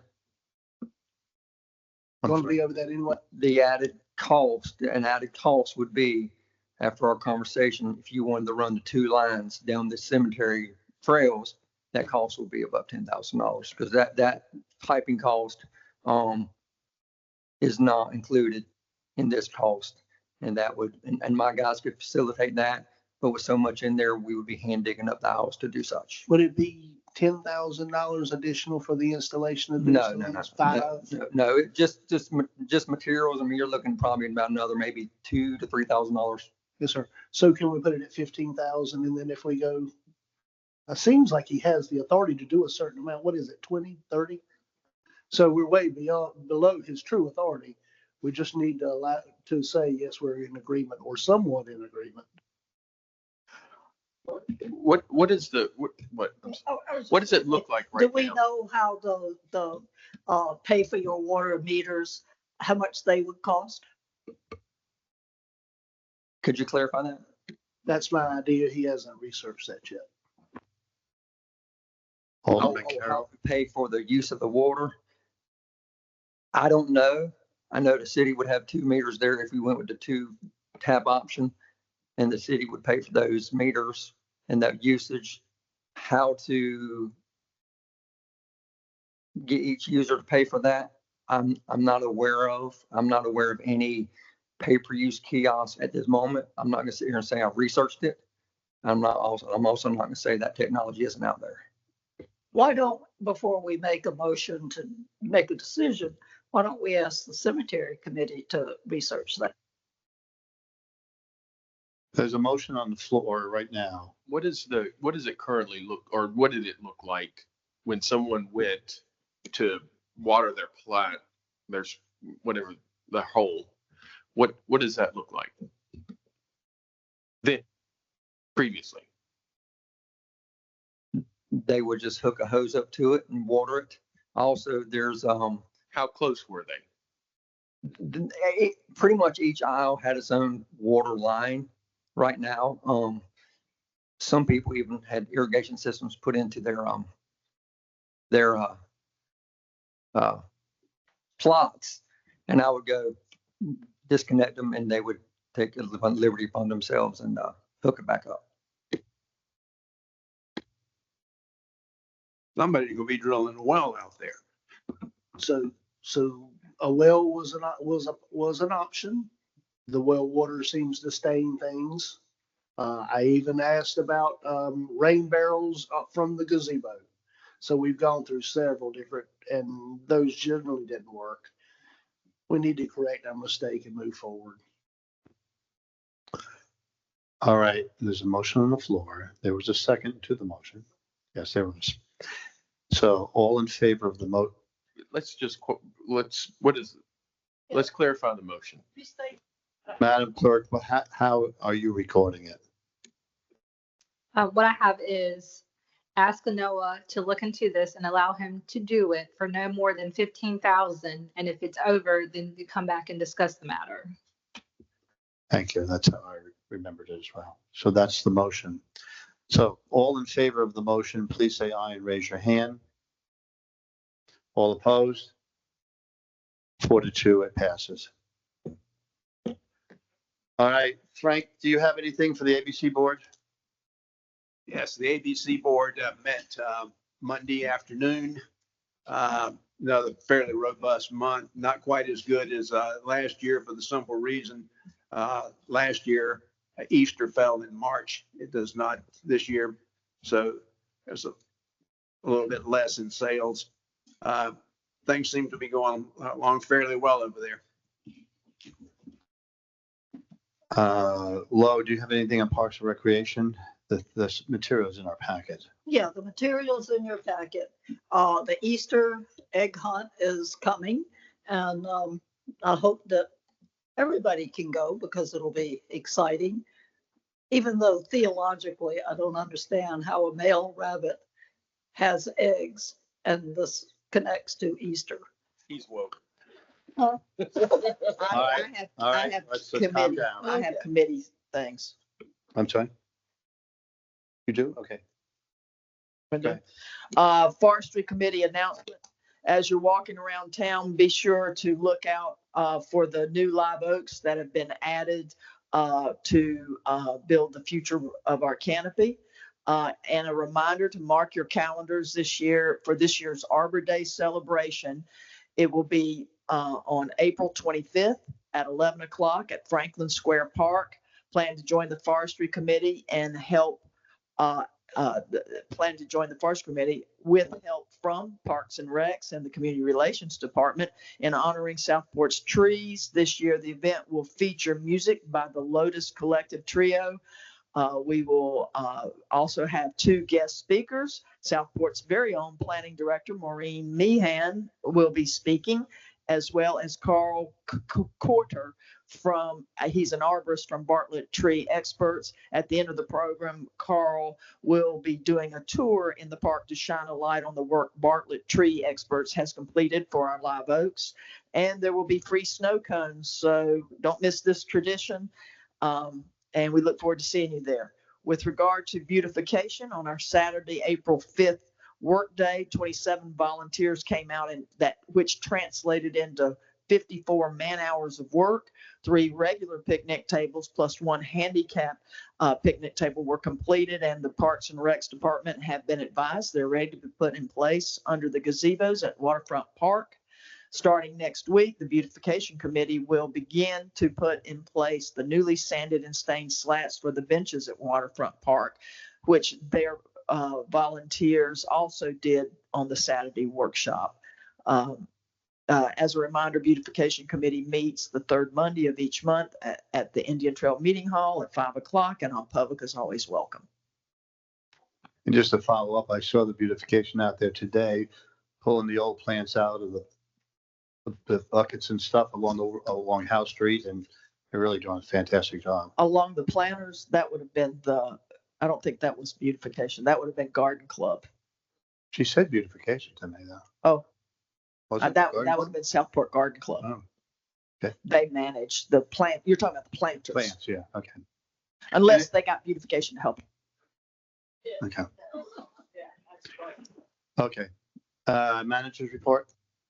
Only thing I have briefly is in the coming days, the clerk's office will be working to get out the applications for our boards and committees. Following up on that conversation, we have several vacancies that will occur this year starting in June. So we'll begin our application period for an interview period and then approval of this board appointment in June. So for the residents that are interested in serving on our various boards, look for that announcement in the next few days as we begin that process.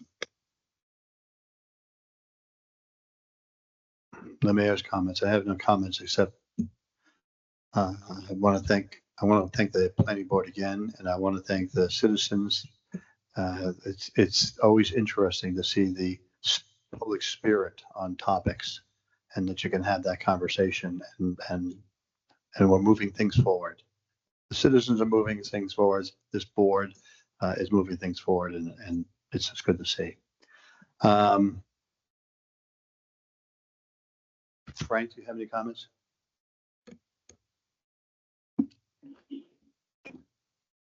Alderman Spencer. As always. I'm not prepared. I don't have my written statements for this, but I do have to pay honor to one of my relatives who just passed. A lot of y'all might know who Dennis Walton was. Dennis played in a lot of bands. He was the OG of music in Southport when there was no Rev, when there was no all that we have. He probably kept it going. We thought it was good at the time. But Dennis was a leader of music. He was a friend to all. And he was, again, my relative, and we got to share some of old Southport stories. He grew up, his grandfather was Ray Spencer, and he worked for the city and the county painting schools and things. And Dennis always told the story about how my Uncle Ray would get him up on Saturday morning, and they would go to all parts of town to help people when it wasn't quite kosher or whatever the word would be to go to different people's houses. They always helped everyone. And he learned that from a young age from my Uncle Ray of going and helping the community. And he did it his entire life. We will miss Dennis Walton. He really served us well. We're proud to call him one of our own. We also lost Chris Sankey Fields. You might not recognize that name. Sankey Fields, his dad is Sankey, and then Nola Fields was on our rescue department, sister of Bill Miller, Cheryl Miller, the Miller family. So they had that loss this week, and we grieve there as well. So the older we get, the longer we go, the harder it gets. And if you live in Southport, you'll grieve because you'll make friends, and one day we'll have to part. And it's a hard thing to deal with, but we definitely honor both these gentlemen, Dennis Walton and Sankey Fields. Thank you. Alderman Kelly. Tonight. One is we had the unveiling of the stop sign at Caswell and is that 10th? I think today. So I noticed it today for the first time and stopped there. So I'm sure we'll see people slowing down in that section of town as they're going through, hopefully not speeding through there anymore. I think that the folks who were drag racing down the street will be very disappointed. Personally, yesterday was my dad, Dr. John Azato's 80th birthday. So I want to say happy birthday to him.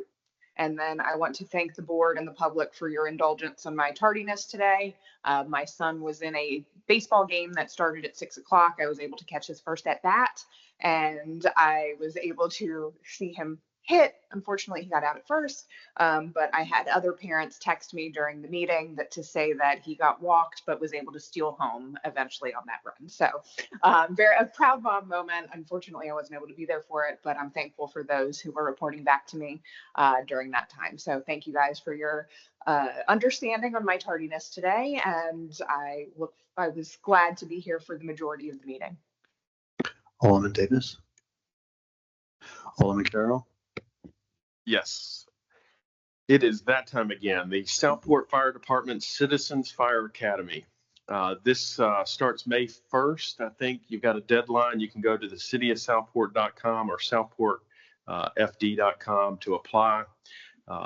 Highlights of the program are a tour of the fire headquarters. You get to be raised in a 101-foot platform aerial, hands-on with the jaws of life, breathing apparatus, fire extinguishers, and well, maybe not a once in a lifetime, but for some, a once in a lifetime chance to drive a fire engine and ambulance. So I encourage everyone, Alderman Mosteller and myself, she actually received a certificate. I did not. So I'm going for a second try. We'll see if I can. I failed miserably. Alderman Mosteller. Yes, Mayor, I have several comments. One is not all architects are created equal. I want us to recognize that Mosley was hired for a space study. They were not hired for their architectural skills. This, I would hope to think, because this is a historic restoration on the courthouse building, when it comes time to have that conversation, that we look long and hard to find the best architect that does those kinds of historic renovations, because they're not all created equal. The other one, with regard to the recording policy, I think that'll help staff be able to plan better for meetings. But I do think it's interesting that the North Carolina legislative committees and the county stream their meetings, but they do not record their meetings. And the Brunswick County Planning Board doesn't even stream their meetings. So I just want to be clear that it's good to have policy now, but not all things are created equal. The other thing that, because we have other committees, we may want to consider expanding the policy to include other committees, like the Board of Adjustment. Really, the only limitation right now for doing that is the spacing needs.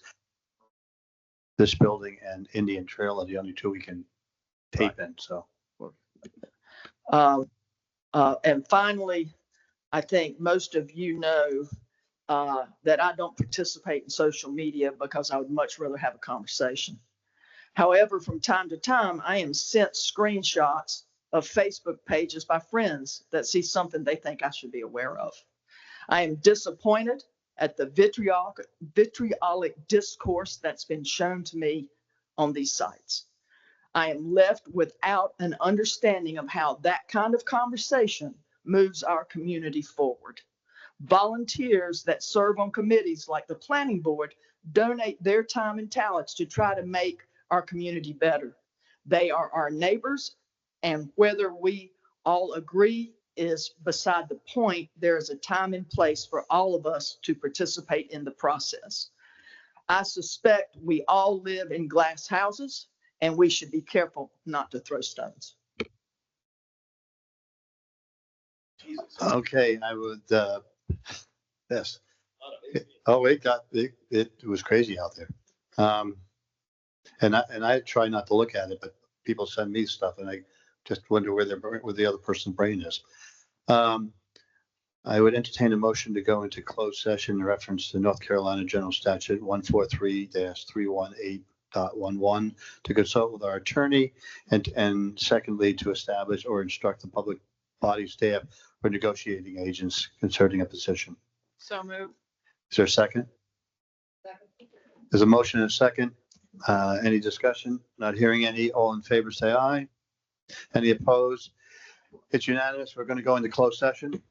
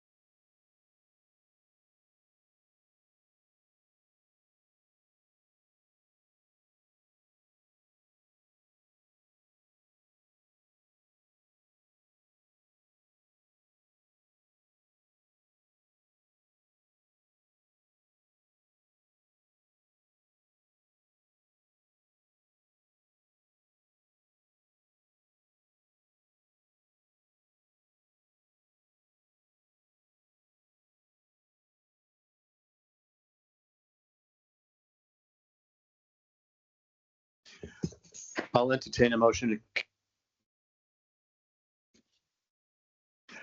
I'll entertain a motion to come out of closed session. So move. Any discussion? Not hearing any. All in favor?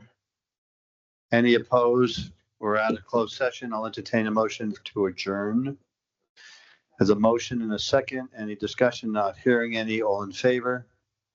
Any opposed? It's unanimous. We're closed.